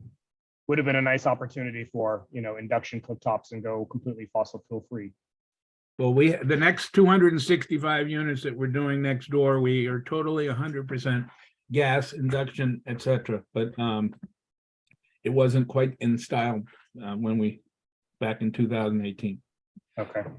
We have a lot of what appears to be some sort of common area, green space, common area, open space. Who's going to own and maintain that, and what sort of protections will be in place to make sure that it's properly maintained and not developed in the future for something that's less green as it is today? There's a condominium association that takes care of the interior and landscaping, and they're required to, under their agreement with the master association, to maintain it. And the master association is the entire 286 units on the West Campus, and the 286 units on the West Campus is responsible for maintaining the public roads, West Main Street and Deering Road. And so that I think I answered your question. You did. Yep. My last question is more of a comment. The chief seems much more well versed on the Article 97 issues on the ball field. I'm curious. You seem to be advocating for a methodology that you believe invokes that permanent protection, but that others question or have some doubt or it's a little bit less clear. I'm certain there has to be some sort of compromise, something that we could do to make it a little less ambiguous and more comfortable Well, for all. Why are we not pursuing that? Well, it's partially, we can't get a conservation group to oversee the typical conservation restrictions. So we tried, this is one methodology. I know that Mark Loring, who's on the school, we said, well, we'll file a deed restriction. And we were told, well, maybe that only lasts for 30 or 40 years. And so then my suggestion was, I mean, we're going to keep it as a field and open space because the school needs it, but some people need some convincing that we will. And so I've discussed, if we don't renew, if Brook Charter School doesn't renew it in 30 to 40 years, we'll give the parks the field as another methodology of showing our absolute intent of good faith that this is open space. Brook Charter School is already raising the money to build it and will build it and maintain it. So that would have been another alternative. It may not meet the Section 97 restrictions, but we don't want to do anything on that, but operate a field and maintain it. But your position is that you can't find someone to hold the permanent conservation easement? They've asked a number of entities and no one will hold it because the field is a turf field and very close to a wetlands, and there's concern. Most people don't want, it's the kind of space that you would sort of need to monitor as a conservation restriction, and they don't want the responsibility.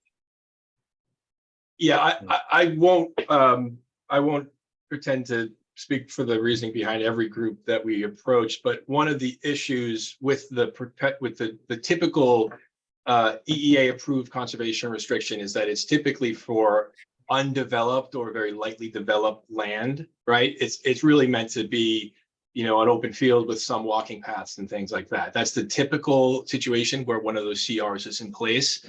Here, where there's going to be a substantial amount of improvements to the property with, as Chief White-Hammond mentioned, the ball field and bleachers, and there's some, you know, concession stands and parking. That's not the typical situation where you would see a CR, and results in a much more burdensome monitoring obligation for impacts. It's a lot easier to drive by a field and say, you know, they haven't done anything there than it is to sort of look at something more complicated and built up like this and try to determine whether there have been changes to the impacts of that from what was originally built. And so we found it more difficult. And just so you're all aware that the precedent that we're drawing from is what was done in the Fort Point, in Fan Pier, down in the seaport, where there are open space parcels. We look to those as a sort of another example of developed but publicly available and accessible open space. And we sort of built off of that precedent to try to address some of the concerns we have added in the more recent drafts, express language, ensuring that the intent is clear that this is to be perpetually preserved under Article 97. So, you know, I guess all I would say is I think we're all trying to sort of work in the right direction to ensure the right outcome, given the sort of somewhat unusual circumstances of the ball field. And Paul, we do have the walking, sorry, go ahead. No, I was going to say, I want to note that some of the Fan Pier example is exactly why there are concerns, because you're right, they have to grant public access, but they could pave it over, and they can do a lot of things to change it extremely significantly. And all it guarantees is the public has the right to move through it. So I think the idea that Jerry mentioned is one that I could be open to. The idea that if it changes in any significant way, they lose the deed or it reverts to us, and we could lay out what those conditions are, I'm open. What is challenging is I hear one thing from you, I hear another thing from almost everyone else. So I need you to propose something that I can get the state to agree, and even my own team to agree will protect the land. I have grown up in this city for 43 years now. I have watched things that I thought were always going to be available to us turned into luxury condos that none of us have access to. So I have enough perspective to know that if it doesn't have the clear, concrete legal protections in perpetuity, things Yes. can happen. So the idea that if it is changed in any significant way, then it reverts to us, I'm open to it. But what it has to do is I need it not just to be your opinion, but also concurred with by the state entity that is in charge of Article 97 protection, because I won't be in this job forever. And I need to know that not because I'm watching it, but because the state has it on their radar, it will be protected. So open to any way that gets us there, but my understanding is that an easement is not sufficient for that to be the case. That an easement, from what I understand, doesn't provide that protection. I am willing to keep that conversation open. I am not closed, but I want to be crystal clear. It has to be Article 97 protected in perpetuity. Yeah, absolutely, and I appreciate that perspective, and I'll say that on the development side, we have the exact same intent. And again, I think the most helpful thing would be a conversation with counsel for the Parks Department, because the entity at the state level that's ultimately responsible for ensuring that Article 97 protection is in place is the SJC. And I feel very strongly, very confidently that the SJC has held that these situations, when properly drafted, can provide these protections. So I absolutely feel that this is really talking about a sort of nuanced, esoteric legal question here as to intent of a grantor. And I think we can get everybody comfortable and on the same page. And if not, as Jerry mentioned, there are other opportunities and things we can discuss, because I think we are definitely all rowing in the same direction of ensuring that this parcel, both for the residents of Olmsted Green and the larger Mattapan community and the students at the Brooks School, will always be perpetually used for open space and active and passive recreational use. And it's also. I will see the Secretary of EA on Thursday. I want her team, her lawyers, in addition to ours, in addition to sign off on it. So can I ask, I mean, I'm hearing a high level of confidence on behalf of the proponent. What is why is time of the essence for today for this vote? Why can we not put this off another month while you sort this out? Because I'm under construction already and ready to dig the foundations and ready to do, and this last month has cost me $500,000 and the next month will cost me more. We're ready to build the 80 units. We're not ready to build the field, and we won't build the field until you get the protection. It seems though that you had some time to coordinate with the chief's office and that wasn't taken advantage of. We've been working very hard to coordinate with the chief's office. Any other questions from the commissioners?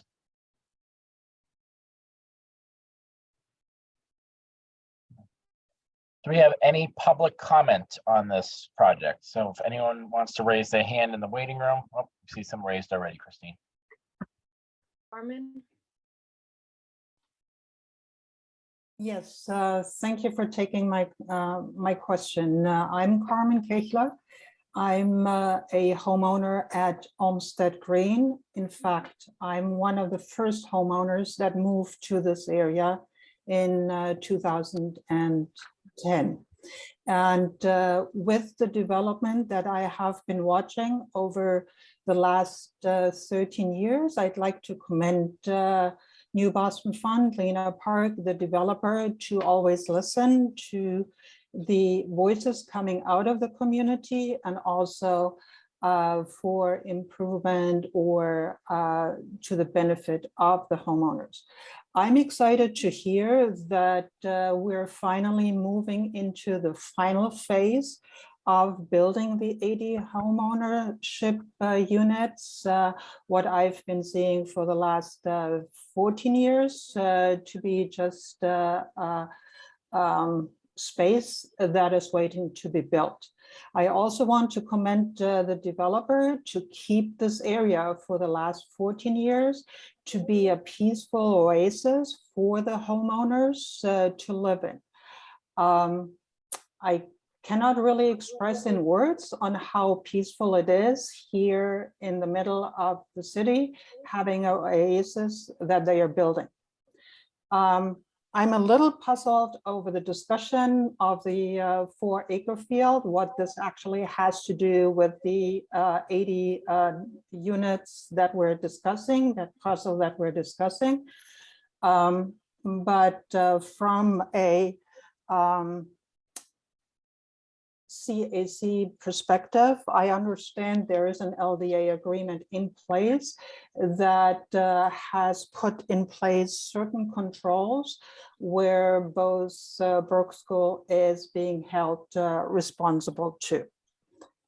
Anyway, thanks for taking my question and comments. It's not really a question, I get that, but I just wanted to have the Parks Commission also hear from a homeowner what great job the developer has been done over the last 14, 15 years, developing out something that is park-like.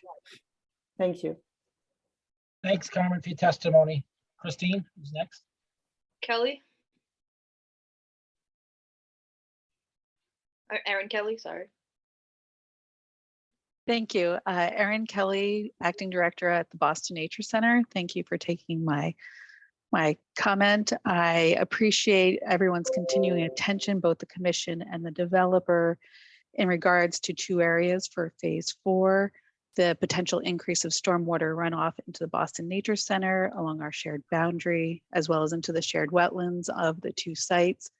As we know, a substantial increase in stormwater runoff will have an adverse effect to that wetlands functionality, as well as a detriment to the tree canopy along the boundary.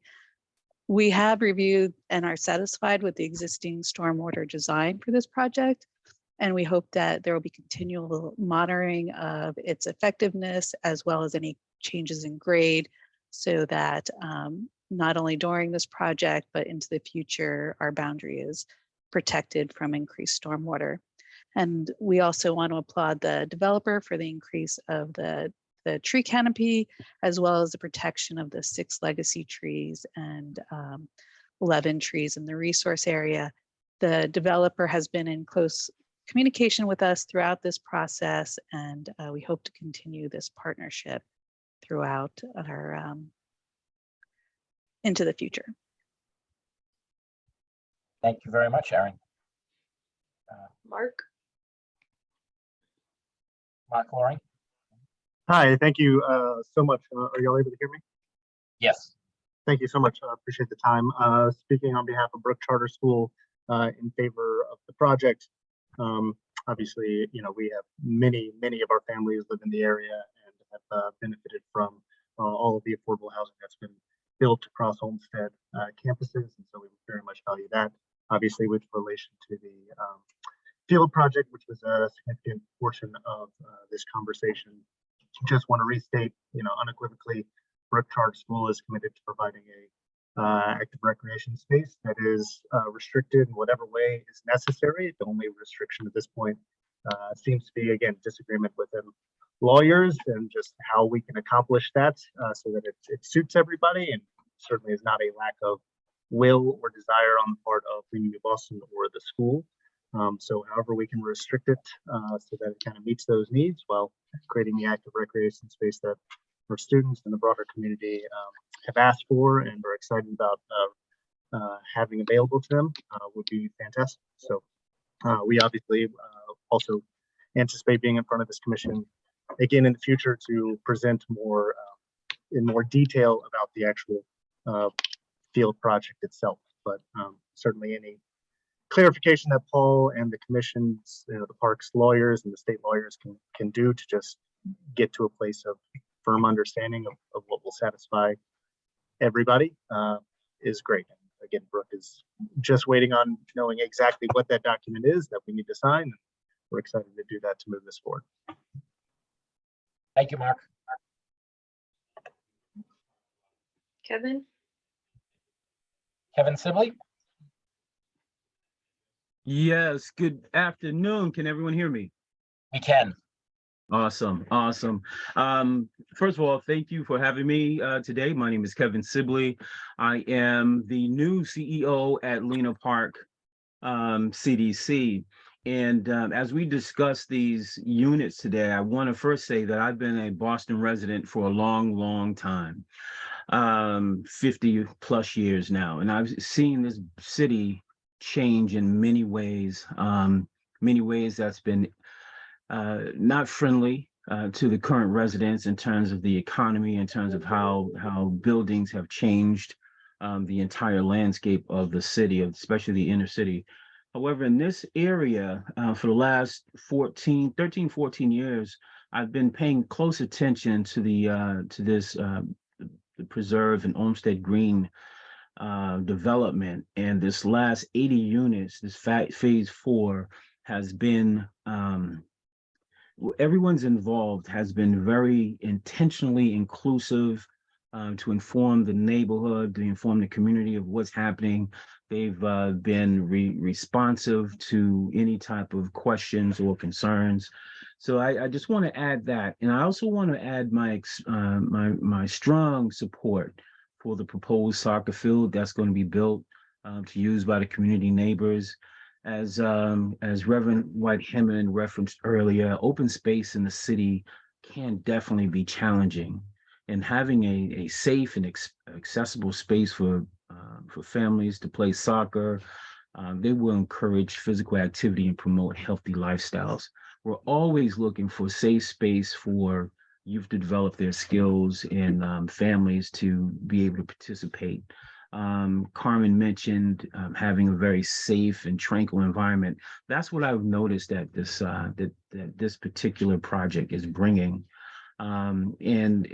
As an additional resource, we partnered greatly with the Brooks School, and it's a valuable resource for that school and other local schools and youth organizations, as well as community groups, of which I've been part of quite a few. So I just want to thank you for listening to this. I know that there are some pieces that need to be put together.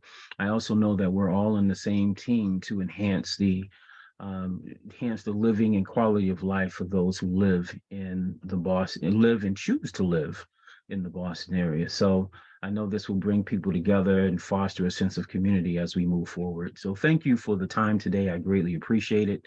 And I welcome any questions at any time. Thanks, Kevin. I think we have one more, Quinn. Hi, Quinn. Thank you, Commissioner. My name is Quinn Valsich. I'm the project manager at the BPDA assigned to the Olmsted Green project. As Jerry and Paul alluded to, this development is part of a larger project that has completed the Article 80 approval process and its subsequent design reviews and processes. The project has the support of the BPDA, and we're excited to bring these affordable homeownerships online as quickly as possible. We have been involved in talks with all parties involved in this for months, trying to reach an acceptable resolution to the open space protection. And we remain committed to being involved in those discussions as appropriate until everyone reaches an agreement that all are comfortable with. Thank you. Thanks, Quinn. That concludes that in the public. We have two staff comments still. You have Russell Holmes. Oh, Russell raised his hand. Sorry, I didn't see it. Russell, you there? Thank you. Appreciate it. Sorry, so no problem. I just wanted to make sure you heard from the entire community or much of the community before I spoke. So for those who don't know who are commissioners, I'm Russell Holmes. I represent all of the state hospital sites in the Massachusetts House. So I represent parts of Mattapan, Dorchester, Hyde Park, Rosendale, and JP. On these two components, that is first the field. The field helps and will, in its current iteration, provide a use for thousands of residents. The homes, which Quinn just mentioned and others, it is a key, what I would call one of the most vital parts of the development. So one of the commissioners was asking why we have to do this today, because we've been held up for months around this challenge. And I know, as Paul may have said, hey, we don't know why some folks have not been willing to hold the restriction. I'm not going to, of course, speak for everyone, but it's gone back and forth in many, many emails, many, many conversations, many, many meetings. To have an AstroTurf field that close is part of the issues and all of the other things that Paul mentioned. But I think it's also just a political discussion. Folks have just been challenged around the question of should we be putting AstroTurf or should we be putting natural field? And that has been also some of the concern about, hey, what I find is I hear many users, not all, say they want AstroTurf. What I hear many advocates say they don't want AstroTurf, they want it to be grass. But what I know is I live in New England, and I'm thankful that we don't have 2 feet of snow on the ground right now. And that is one of the challenges about using grass. So why these 80 units? These 80 units contain, and why are they so important? I want to just go back to when I was first elected in 2010. There were nothing but foundations. So Carmen's one of the folks who were there who were those initial owners, but we have gone through an enormous amount of effort to get another set of owners on that site, from foundation, from Sheila's team. I can't even go through all the folks who got us, Jerry and his team, to get to the point where everyone is talking about an oasis today. But when my first email came in from this group, it was, this is horrible. How many people are parking in this neighborhood, just dumping in this neighborhood? And we have gone through tremendous effort to get it from just foundations left in the downturn of the last development cycle to now an oasis. These last 80 units are ownership unit that bring Commonwealth Builder funds into this community. We've fought for millions and millions of dollars to create opportunities for people who live in my neighborhood. I live 2 blocks away. We would like for the folks who currently live in our neighborhood who are renting to also to be able to afford homes that are ownership homes in the same neighborhood they live in. And so not have to go to Brockton, not have to go to Randolph, not have to go to Stoughton, but to be able to live in a neighborhood they grew up in. And so why is this urgent? Because I do not want to be in the same position that I was in 10 years ago, where I literally had the development ready to be built and it's not built. Now, will we continue to be adamant about the fact that we're going to fight for economic justice as we fight for environmental justice? Yes. So yes, I don't want the trees cut down and left and not have the caliper trees come back and things of that nature. I also want the protection on the field, but I want the economic justice that comes with the fact that I will have 80 units of home ownership that's affordable in my neighborhood. That is a vital point. I don't want that to be lost. And so I am absolutely adamant that the community we've heard from, are there folks who we've heard from that are not happy? Yeah, there are going to always be those folks, but we have to make the tough decisions, and that is we have to still do what's right for the whole community. And the thousands of people served by Brooke, by Lena, by those who will just walk through the property, it's important to have the field.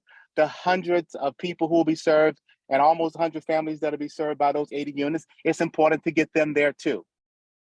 And so all of this is part of a whole network and an ecosystem that's important to the state hospital site. There's not another state rep that's on this site. I am the voice of these residents from a state legislative perspective, and I'm asking this commission to vote yes today. Let us move forward with the 80 units. As Jerry said, we can still have this discussion with Paul and the chief and everyone about what that restriction looks like. The CAC, myself, I'm sure the new senator, none of us want that park to become something different. I'm sure we can get to some solution, but I don't think we should continue to hold up these 80 units being built with Commonwealth Builder funds when a market that people have interest rates rising, with costs going up every single day on all of this wood and everything else, for us to lose these 80 units. And I'm back here where we started 5 years ago, but I'm not doing that because I'm no longer in this job, because it's 10 years from now. We need to do it as soon as possible. Sorry for the ranting, but I am also frustrated by the back and forth. Thank you very much. Thanks, Rep. We have a couple staff members that also wanted to share stuff, so I think that's the public on the call. Liza, I know I skipped over you and went to public comment right away. Is there anything else you wanted to mention? I think it's fine. I think we can move forward, and my questions are related to the 4-acre open space, and it sounds like we'll be picking that up later. Right. Aldo? Hold on. Yep. My name's Aldo Guerin. I'm senior planner at the Boston Parks and Recreation Department. I've been here 32 years, and I actually have something of a legal background, especially a lot of experience in the legal aspects of parkland protection. When city attorneys need to find out, get up to speed on those kind of issues, they call me. So I just want to talk a bit about the Smith case that Mr. Momney referred to. It's known as Smith versus Westfield. The Westfield is a town in, or rather city in Western Massachusetts. They proposed to develop a school on a playground. The deed for the playground did not say the words that it was acquired for playground purposes.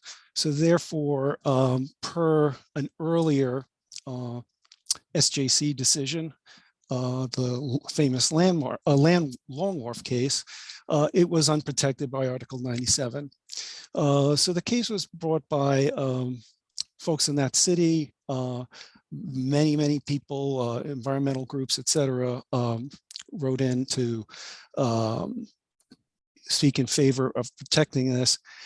The SJC came down on the side of protecting this particular site because years prior to this decision to build a park, they had shown this playground in a list of protected parks in the city's open space and recreation plan. One, but more importantly, two, the city had accepted money from the federal government. It's known as the Land and Water Conservation Fund, a grant that has obligations to maintain the park in that condition, to not be converted.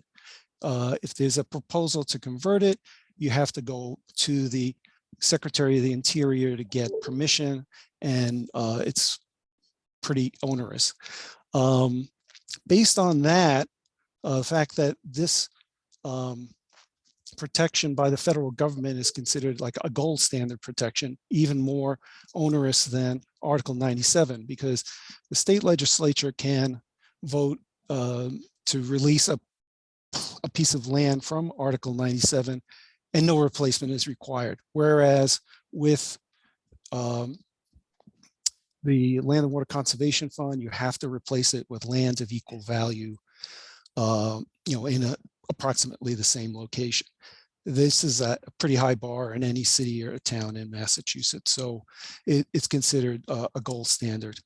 Only recently has Article 97 come up to that standard. A new state law mandated an alternatives analysis, and if the analysis yields no possible alternative to converting the land, then replacement has to be found. So the Article 97 is coming up to that.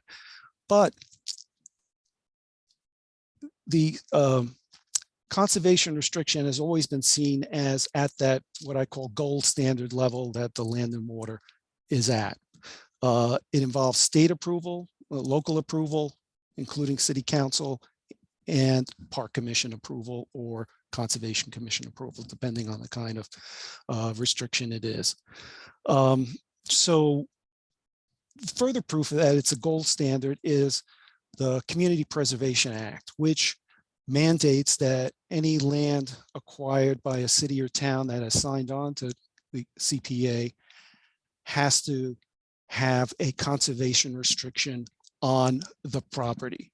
So even though the open space is being acquired by a conservation commission or a park commission, and therefore covered by Article 97, the law says, guess what? You have to have additional protection. That's the CPA, that's the CR law. Okay, so there's a whole CR Act, MGL, Chapter 184, Section 32, and a whole state program, in the EOEEA, it's the Conservation Restriction Review Program, okay? And so this kind of land would be, ideal, and the Parks Department would be the ideal entity to hold that CR, because the Parks Department not only handles recreation land, we also manage the urban wilds for the city and for the Conservation Commission. So we can play both roles and oversee to make sure that this kind of land, which has both fields and wetlands, be protected. And the name of John Joya, a former CR reviewer at the state, was brought up. I've also had a conversation with him, and recreation lands can be covered under CRs. And so there are many CRs that have a recreation focus. And while the model CR does not provide great language about recreation, I've certainly provided that kind of language, and the state has approved that language in CRs that I've dealt with in the past. So my recommendation is that the Parks Commission approve this project with the condition that these 4 acres be covered by a conservation restriction that is held by the Parks Commission, or Parks Department, excuse me, and that there be. So Aldo, the challenge is that when we have held conservation restrictions in the past, we also control permitting and other matters. And my understanding is that is not an option.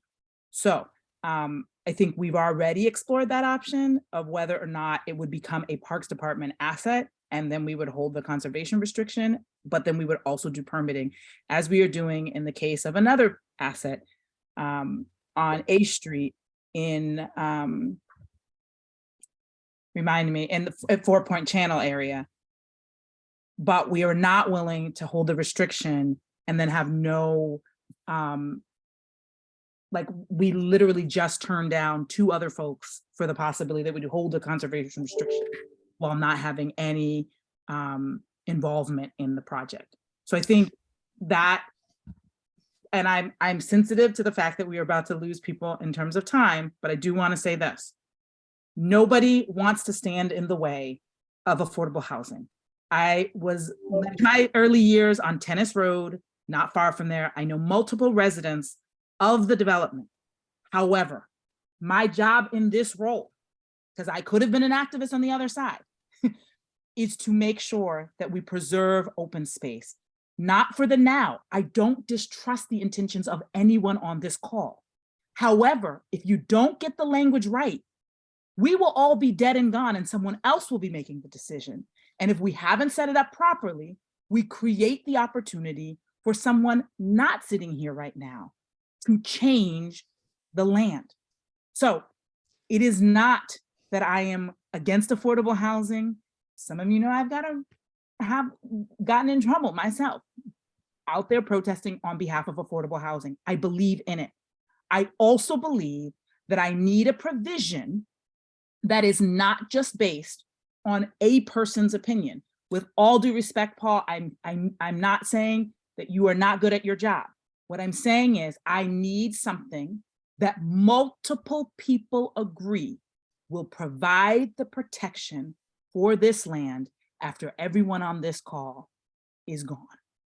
So I want to make a proposal as to how we might vote to move forward, because I don't think the question is make it happen or not. And we are not trying to hold it up, but we are trying to get to the point where it is done, and it is done to everyone's satisfaction. And I think I've been very consistent and clear about what my expectation is. And I would like to see something other than an attempt to convince me personally, based on your opinion, that it's correct. Take it to the state. You get EEA to sign off on it and they tell me, yes, this provides Article 97 protection, I will gladly, because they're the ones most responsible for Article 97 protection. And if they tell me that it's right, then I'm willing to step back. I'm not a lawyer, I don't claim to be. But I cannot sign off on something that the state gives me the opposite opinion as the lawyer that is on behalf of the proponent. So how do we move forward and then figure out how to keep the construction going while getting this settled to something that everyone can agree on, including, I want to be clear, a sign off by the state that whatever we've put forward actually has the level of protection that Article 97 provides. So my suggestion is that we sign off on the moving forward and that we figure out what is the time frame by which this can all get worked out, because we've been in conversations for 2 months, and I think I've been saying the same thing for 2 months. What would it take? What is the amount of time that is required to get us to something? Jerry, your suggestion, first time I've heard it, could work, right? If it ever is moving outside of open space, they lose. Control. I don't know. What I want to raise is that will assure you that it'll remain open space, or the Parks Department will control it. Right. And it doesn't qualify under Article 97, but you own the land, so I just want. Anything that we own is Article 97 protected. All So right, once it got I'm saying- transferred to you, it would then be. Right. So it's okay. And so the thing I is, we understand. don't want to take this. What we want to make sure is that nobody has the power to say, oh, it's open, it's public access, but to change it significantly. You could pave over it, you could do a bunch of stuff. So what I want to give Paul, and I don't remember who Aldo and the state environmental, a chance to do it the way they're thinking, but I can guarantee you that Brook Charter School and myself will give you that. We'll revert it back to you if it even inkles of not being open space. So okay, so what is the amount of time it takes? That could be an option. I don't need that to be the only option, but again, it would, for me, that satisfies that I know that it will stay Article 97 perspective. I mean, we'll do it. If we continue the good faith that's on this call, we can do it in 6 months. I mean, so we could vote on a proviso now that says, and can we make it clean? Can we make it 5 months? Can we make it June 30th when my fiscal year closes? Or is that too? I'm just thinking about trying to pull people together in the July meeting. It has a tendency we have a harder time getting quorum. Well, I guess the thing that I'm saying is Mark needs his building permit by then. Right, and what I'm saying is he can't get his building permit. I'm not saying, Jerry, I'm not Yeah. saying to wait until then to get the building permit. What I'm trying to do is say, what do we agree on? And when do we come back to it? What is an acceptable amount of time? So by June 30th, let's say that Mark, you, I, and then the rest of the universe gets a satisfactory resolution so that he can build his field. Right. So Chief, at this and time, we would like to go faster than that. But I here's just my want thing. to Go ahead. close off public comment so we don't have the back and forth, and with just the commissioners can discuss whatever we want as the provision to be, just so they don't chime in. So if any of the current parks commissioners want to chime in on any provisions and stuff, and just ask everybody that is not a commission member to mute themselves, so the commission can make the decision what they want to vote on. So it sounds like, Chief, we have something on the table where potentially a motion with a provision that as of June 30th, there is some sort of understanding of protection. Right, something that we can agree on, Brooke can agree on, Lena New Boston, the state. I believe there's something out there. I just think that what we have right now, I'm getting too many different opinions that are not in alignment with each other. So we'd be fine if the commissioners agree, we'd be fine to vote in approval, but if there's not something figured out by June 30th, then there'd be a stop work order or something put in place if something isn't decided by then? Because if we don't want to wait till COO or something, like what is the? I want us to what's have the an timeline? urgency to get this done. I think we can get this done. So let's go with June 30th. Does that, other commissioners weighing in, thoughts? I mean, I think we can get it done before June 30th is my hope. I'm hoping we can get this done by March 31st, but I want to give us a little bit more leash just in case. Right. David, I think went off mute. Do you have anything? I was just gonna say, this works for me, that the proposal from the chief works for me. I concur. William? It should have been sorted out before now, but fine. So Chief, do you want to make an official motion? Okay, so the official motion will be, we vote to approve moving forward on the new 80-unit construction project and allowing that permit to proceed with the proviso that an agreement will be reached no later than June 30th of this year that provides adequate protection for the 4-acre parcel that both the city, Brook Charter, New Lena, and the state can all, and throw BPDA in there, can all agree on. And I would say parks rather than just the city. Parks, State, New BPDA. Lena, Brook Charter, BPDA. I think that's everyone, and the state.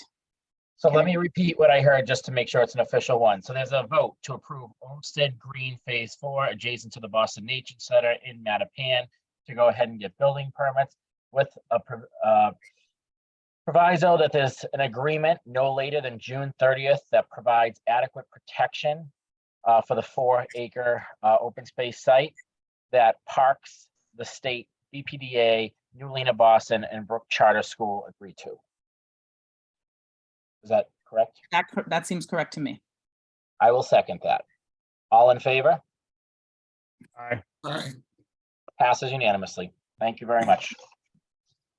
Thank you all very much for your time. Thank you. Thank you. With that, Carrie, I know we've been going on. I don't know if you want to go into the new business, or is that something that carries, or do you want to just explain what it is, or what's best? Sure, the last item is just the provision of the comment letters that BPRD has provided during Article 80 review, MEPA review, CONCOM review, and Board of Appeal review in 2022. There are, I think, about 32 letters there. Many of them are very in-depth on specific projects that we're proceeding through Article 80 review in particular, and it's they've all been provided to you for your information. Certainly if you have any questions or comments about any of them, we're always available to answer them.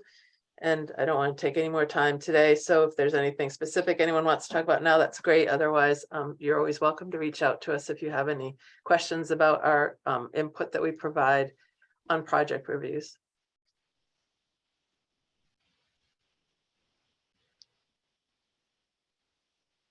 Thank you, Carrie. I mean, it's a lot. I just want to say, first of all, on behalf of the commission, thank you for the extensive letters. If anyone has seen Carrie's letters, she goes very in-depth, right? And asks the right questions to ask, very thoughtful, and it takes her numerous hours. I've been on the phone with her at 10 p.m. some nights when she's in the middle.